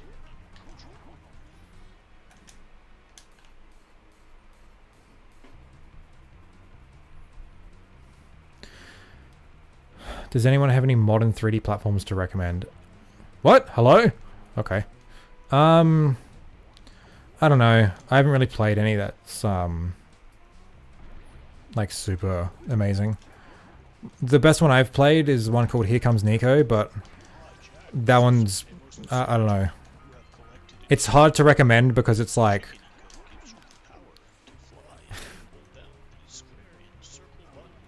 why is that? That's so weird.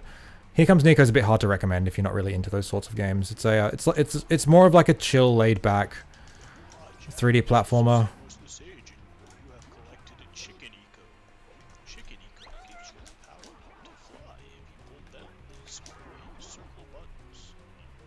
Celeste is a 2D platformer.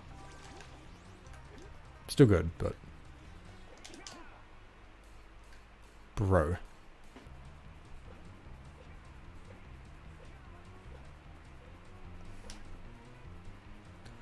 Can't play more of the chicken because it's delisted. It's a PS1 game, you just emulate it.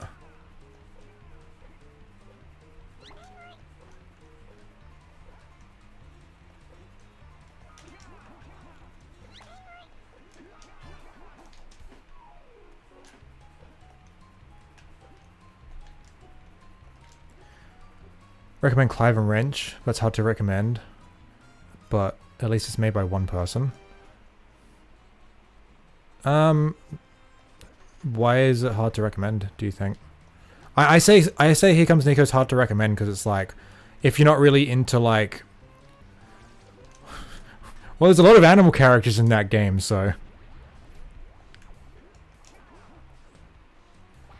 If you're not really into like super cutesy, wholesome queer games, then you might not like it, so...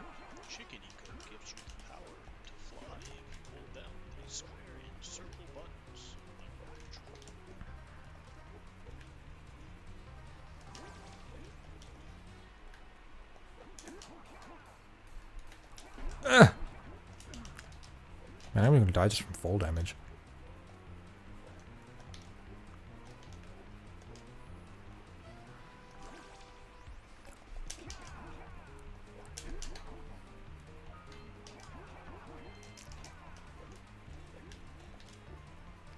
If you have no problem in I assume you mean slow cutscenes and floaty jumps, making platforming a little too easy. It's okay. I mean, I haven't played it, so. Let's go. Okay, now what?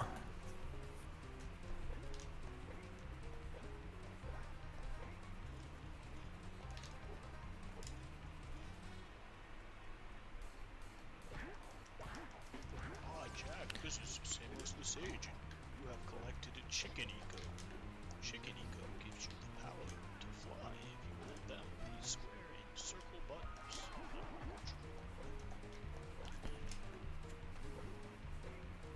This level's not very good either.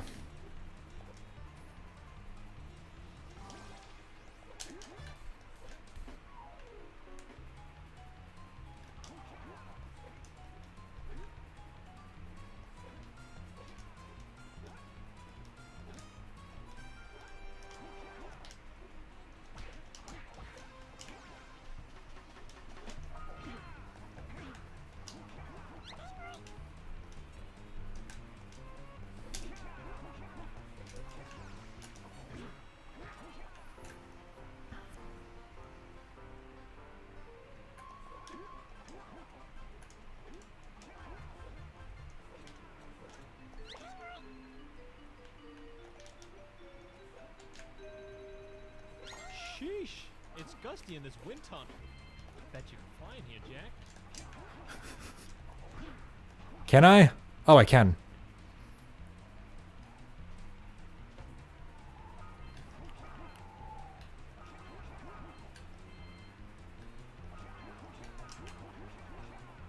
Can I just keep going? No, there's a roof. No, no, no, no, no, fuck.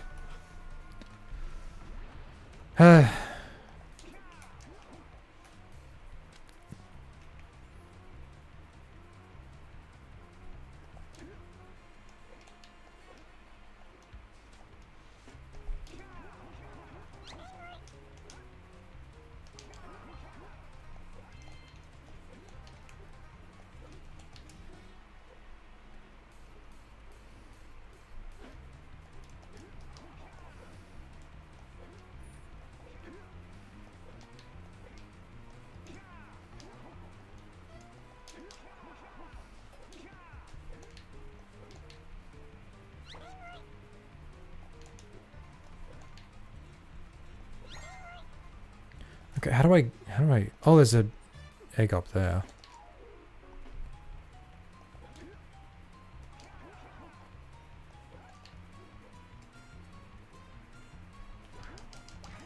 Ah, Jack, this is same as the sage. You have collected a chicken eco.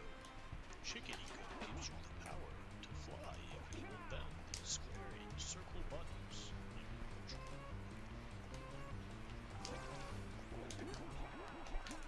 Ah. Ah, my.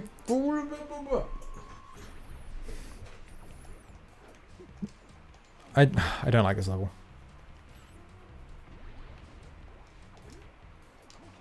Oh, fuck off.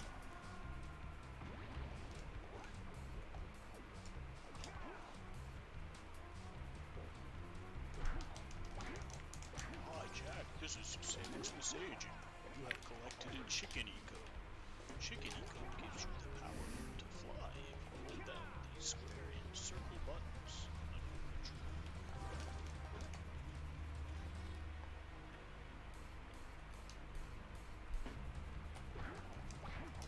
Ah, Jack, this is same as the sage. You have collected a chicken eco. Chicken eco gives you the power to fly if you hold down the square and circle buttons.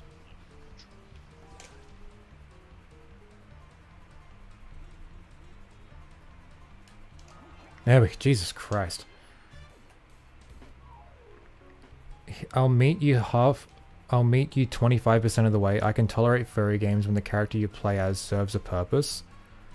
Like that one where you play as a snake and affects how you traverse the world.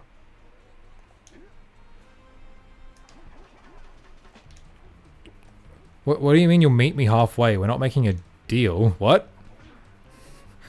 The whole reason I went in that whole rant is just because, like, It's not about what like the character looks like or what species they are. Like that shouldn't affect your ability to empathize. Like that's just so weird.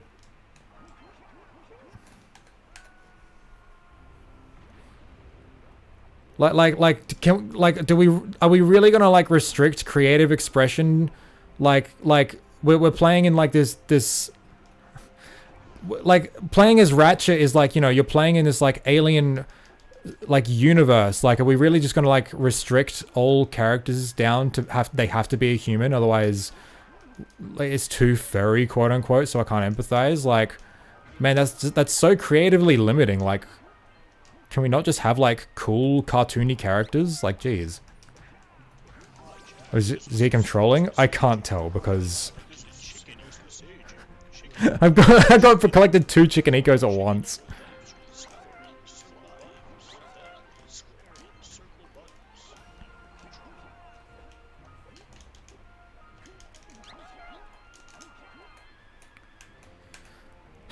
Hey Diesel Man, how we doing? Have you heard of a game called Hellplay? The game is like Conker's Bad Verde, pushed up to it. Yeah, I've heard of it, and I heard that like it was okay, but like it's just kind of dumb.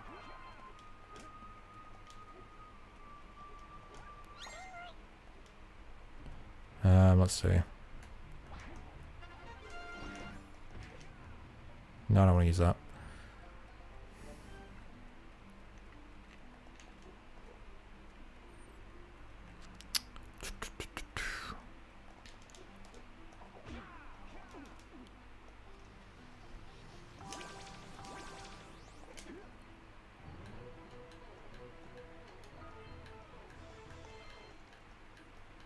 Hope this lasts.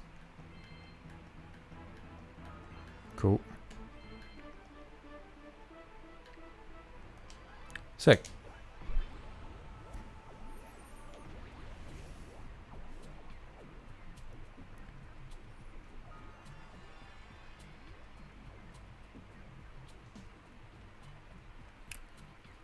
If you can't stomach the humor, the game's humor, that's fine.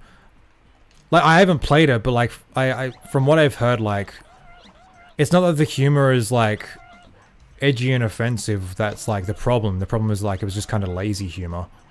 Like you can do like offensive and edgy humor, and you can do it like well, but most people don't do it well. Dude, there's an orb all the way out there. Oh my god.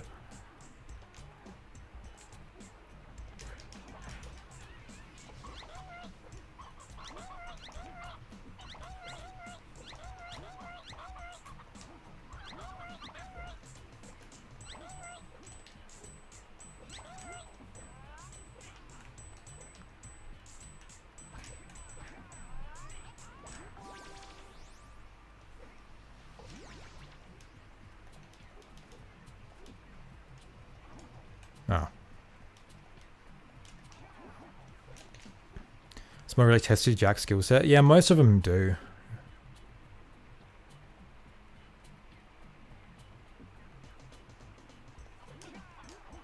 I want to land on the button.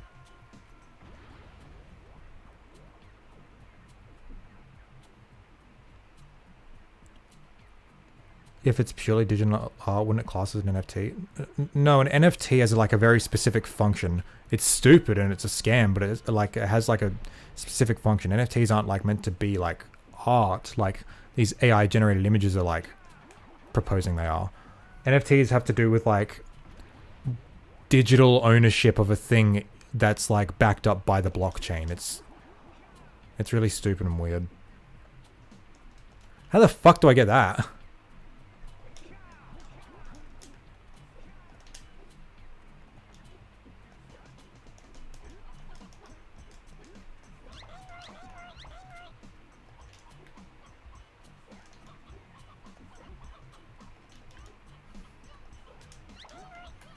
Collecting the chickens really reminds me of Sonic 3D Blast, collecting the flicky birds into the giant rings. I haven't played it, but that sounds cool.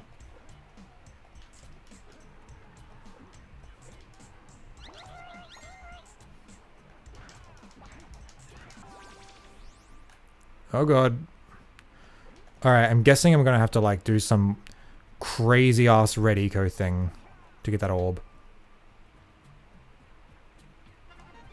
Yeah.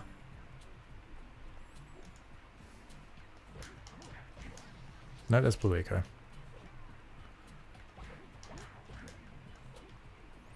Looks like we're headed into Web 3 and others are following suit. I fucking... Oh, man. Why does the world have to just keep getting worse? Hey, Edu. How you doing? Okay. I don't think I'm going to be able to get this.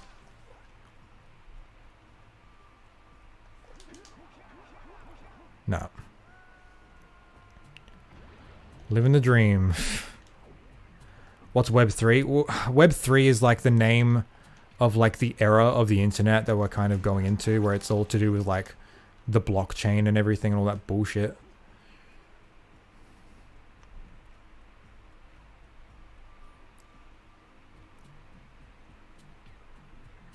It's an isometric Mega Drive game, so the camera wasn't very good. Oh, Sonic 3D Blast. Yeah, I haven't really played any of the Sonic games, so...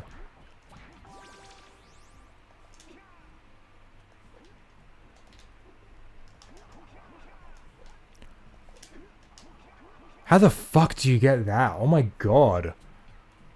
I've gone... I went past the death plane. Great. And I... Thanks, game. Jesus. Did that save? Surely it did.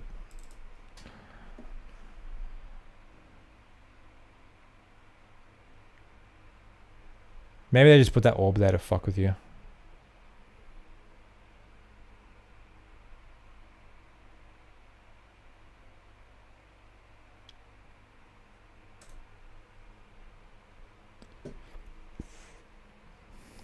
Okay, there's 18 levels.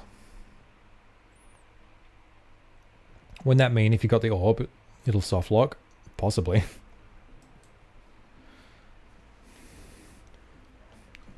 Went so far you fell into the sky somehow. Yeah, well, it's weird because like the death plane like below, it's a sky texture for whatever reason. Yeah, I don't know why it starts off as the Fart Legacy.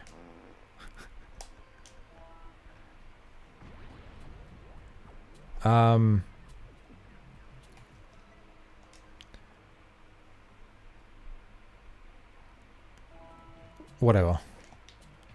Maybe that's not even like part of the count.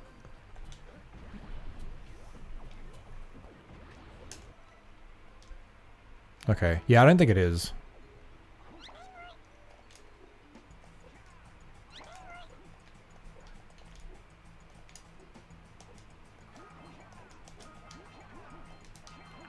Oh, is that a scout fly? Yeah, what the fuck? Okay, we haven't even seen any of those yet. Remember that this game made another game change? That game was Vex. Yeah, I played that when I was a kid. I know Martian is into it. Ah, Jack, this is Samos the Sage. You have collected a chicken eco. Chicken eco gives you the power to fly if you hold down the square and circle buttons.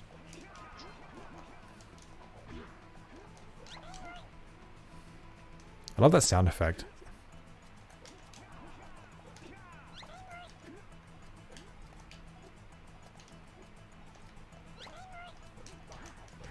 Ah, Jack, this is Samos the Sage. You have collected a chicken eco. Chicken eco gives you the power to fly if you hold down the square and circle buttons.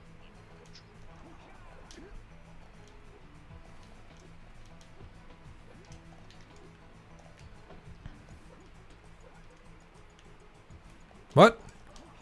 Lame.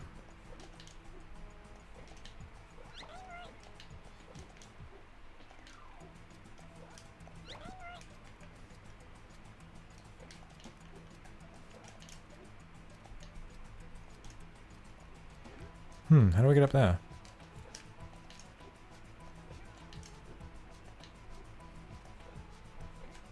Wait, where's the chicken eco?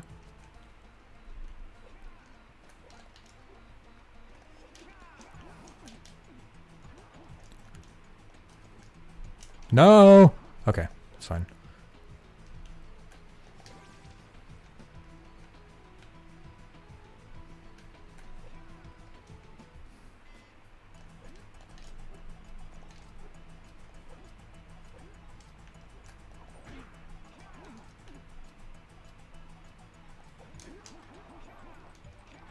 That feels wrong, but whatever.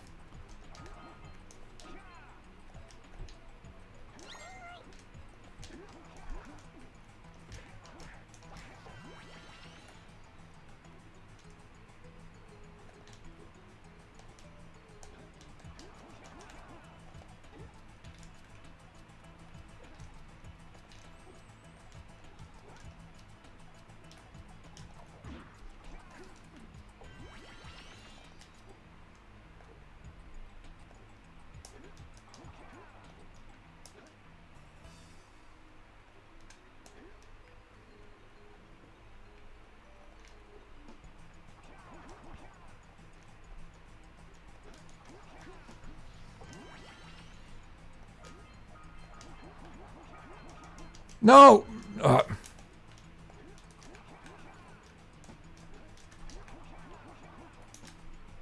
Fuck's sake.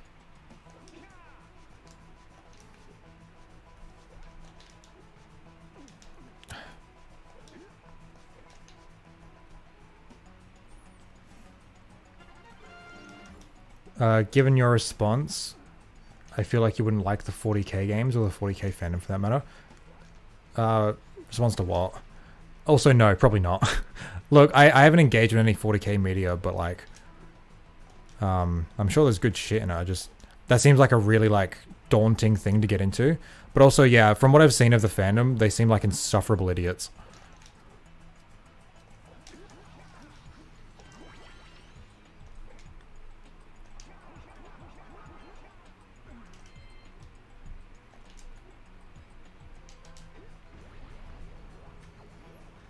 Ugh.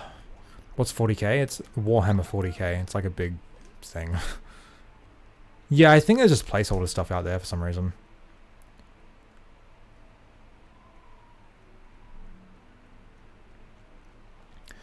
It's a really closed-minded human number one type deal.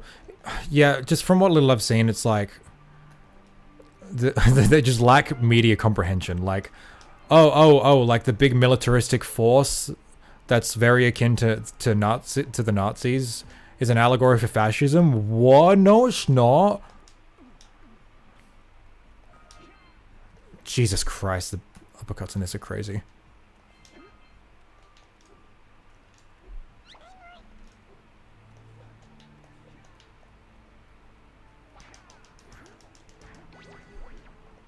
Wait, just straight up red eco? Weird. Can that? Nope.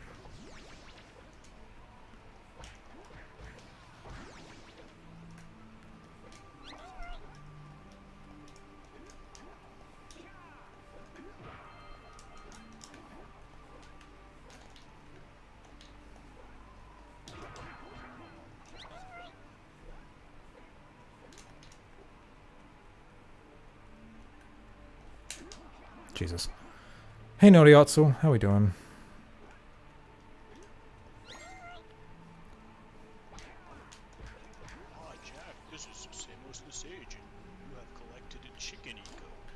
Chicken eco gives you the power to fly. There was a Dr. Seuss book that's a better allegory for fascism.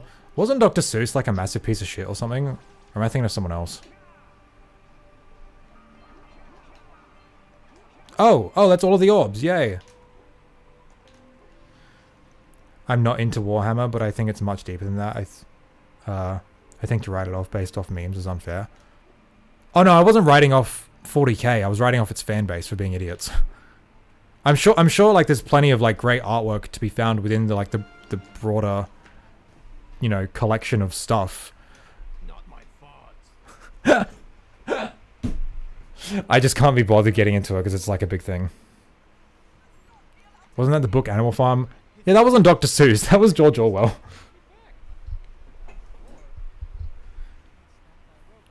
That's Roald Dahl and J.K. Rowling. I haven't heard anything about Roald Dahl, but true. Okay, fine. We'll save the world, but do it quickly before I change my mind. Jesus Christ, this is so fucking good.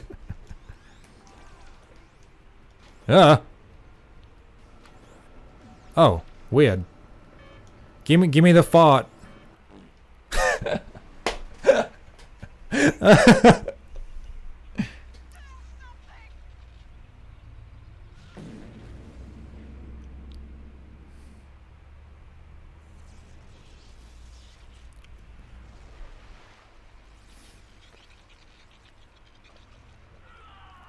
Roald Dahl's a bigot? Okay, I'll take your word for it, I guess. I haven't seen anything. What the... Hello? Oh, okay, sure.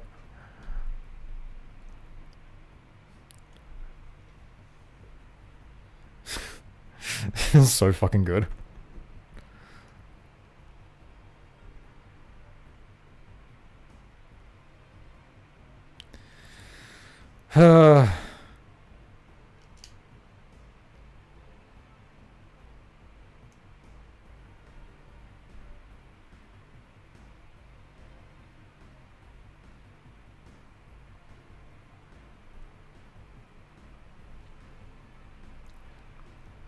Hey, it's just Blue, I know that guy. Oh, Zyphels was Samos? Okay, that was so good. I love it.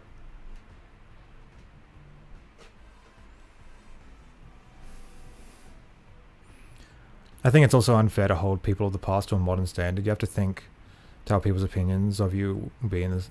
Oh, I mean, yeah, obviously, yeah. I mean, but you can still criticize people for being bad people, right? Like, yeah, like it was the norm back in 1950s America to dehumanize black people. I don't think we should like let people of the day off the hook though, just because it was the norm. I think there's still plenty to criticize there.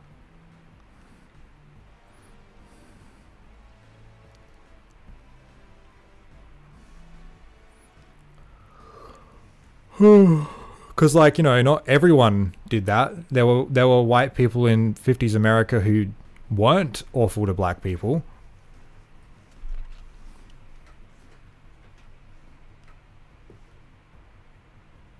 Alright, is that cool?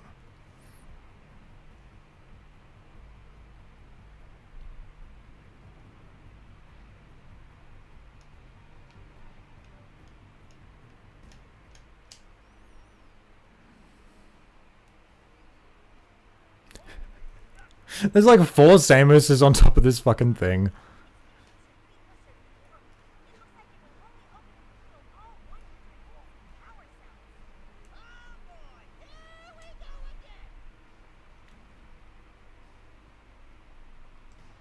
What the fuck? And then, wait, what? Why? Hello? Why are they moving? Okay. Sure. This game's probably going to crash once I enter this level or something. Something's going to happen. New Game Plus? I don't know. I don't know what the... Hello? Yeah, whoa, Jesus Christ. No, I didn't mean to... Oh, okay.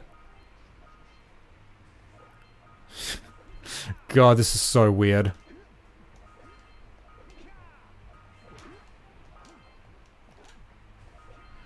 A Powercell is still going to give me chickens?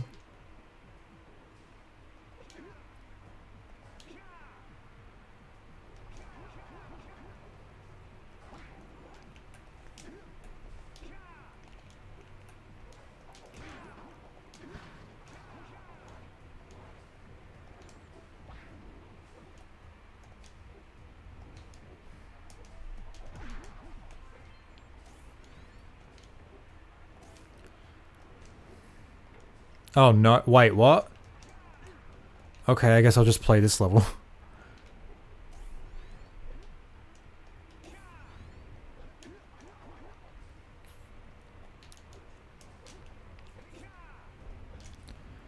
Did you know that the door was going to have something in it, but they didn't have time to put it in? There was going to be a 4th stage for Yellow Stage, but that's cut as well. Yeah, I know. Like, there was originally going to be 5. Well, the initial plan was, I don't know if it was like how far this plan went, but they wanted to have 5 hub areas. I don't know if they actually wanted to put anything in the door, but that doesn't outright mean they were evil people. Take it with a grain of salt, but I think the modern day witch hunting of people from 80 to 150 years ago is a pretty bad idea. What I mostly fear is the modern rewriting of authors' books. I think that's really bad. I never said they were evil people, and I think this modern day witch hunting of 150-year-old people is greatly exaggerated.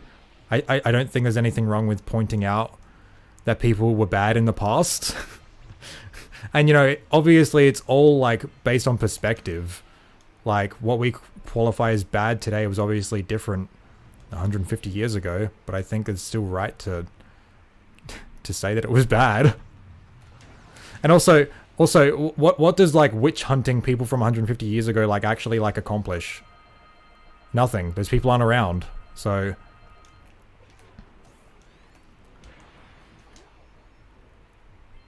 Okay. I guess my curiosity is satiated then. Nothing happens, and I'm stuck in this level.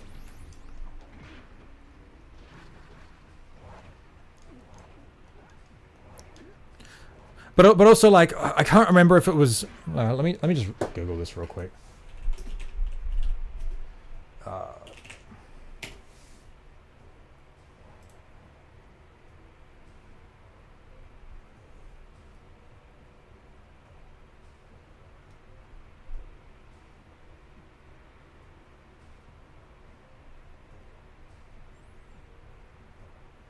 Okay, I can't remember who it was. I don't think it was Dr. Seuss, but I remember reading about some author, maybe an actor from, I don't know, like 70 years ago or something, like, would beat his wife, which, you know, the standards of what was okay to do with your spouse back then, I guess, was different to today, but I still think it's a very good thing to criticize people for, even if they're, like, not around, I guess. I know Peter Falk was kind of a piece of shit.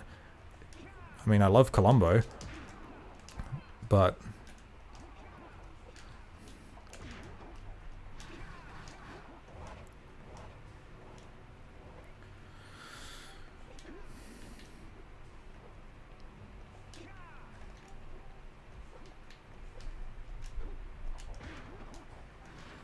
Lewis Carroll painted a picture of a 16-year-old girl.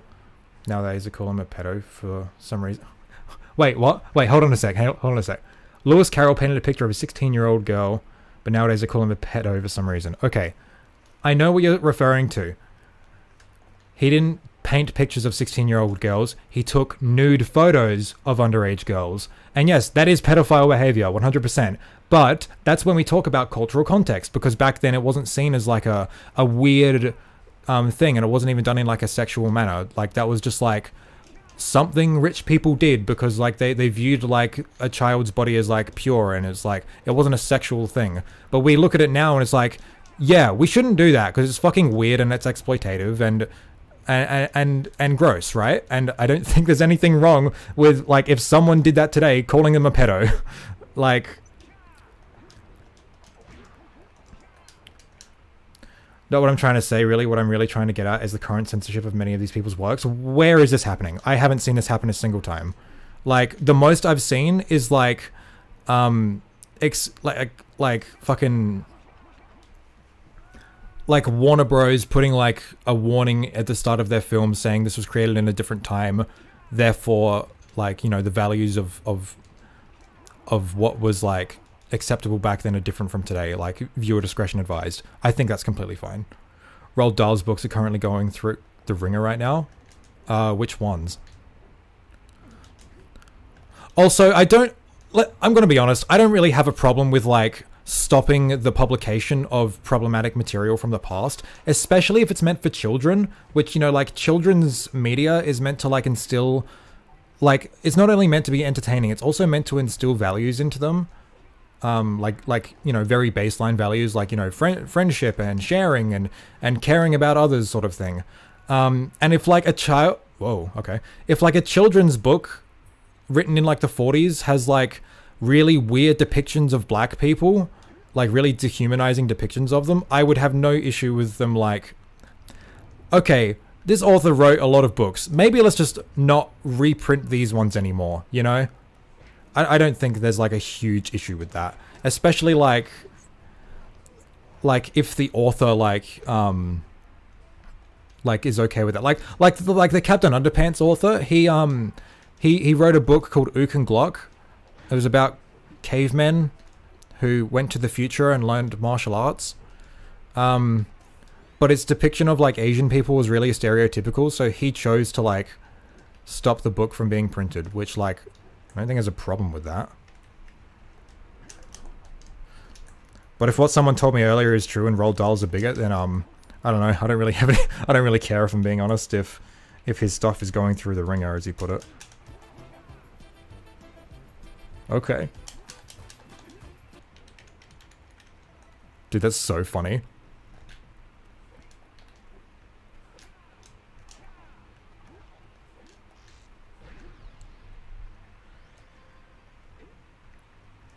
What is this mod? Hello?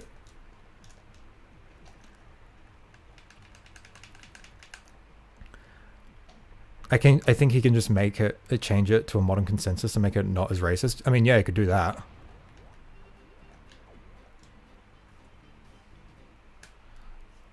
This mod is weird. And it crashed. Okay.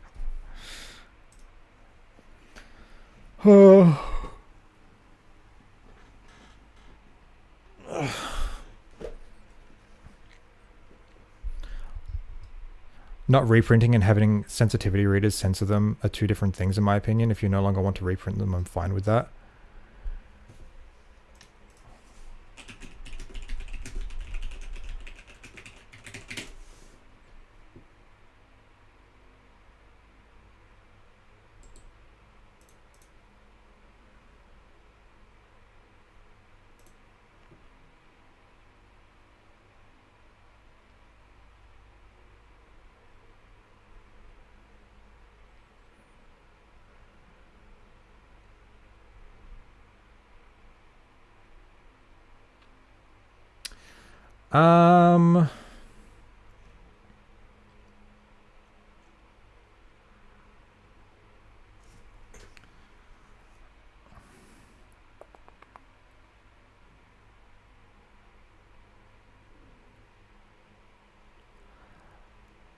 Okay, you know what? Okay, the first thing I Google, like, that comes up when I... Hold on, let me just share my screen.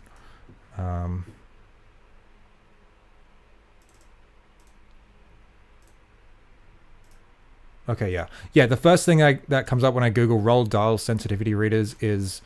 Oh, crap, hold on. Okay. Is this article... Publishers cynically using sensitivity readers to protect their bottom lines. And the first fucking paragraph. The news that many of Roald Dahl's books had been edited by publisher Puffin to exercise, quote, offensive references to gender and race, has unleashed a brouhaha among the literary establishment, anti-woke crusaders, and just about everyone online.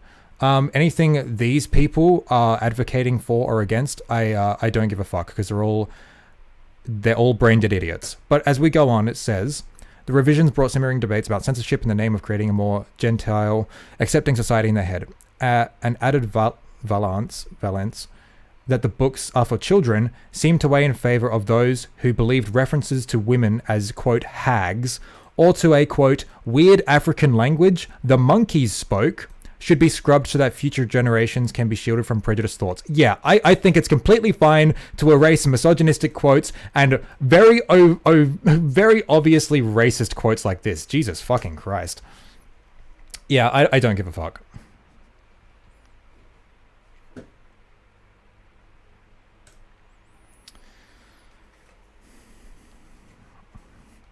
Have you ever played a game Wait, hold on.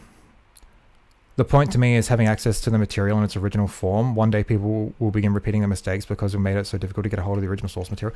Like, I'm pretty sure that, like, the original version of these books, like, you can find, like, PDFs on them online. I'm sure they haven't been, like, fully lost, but that's more of a matter of preservation than it is, like, censorship.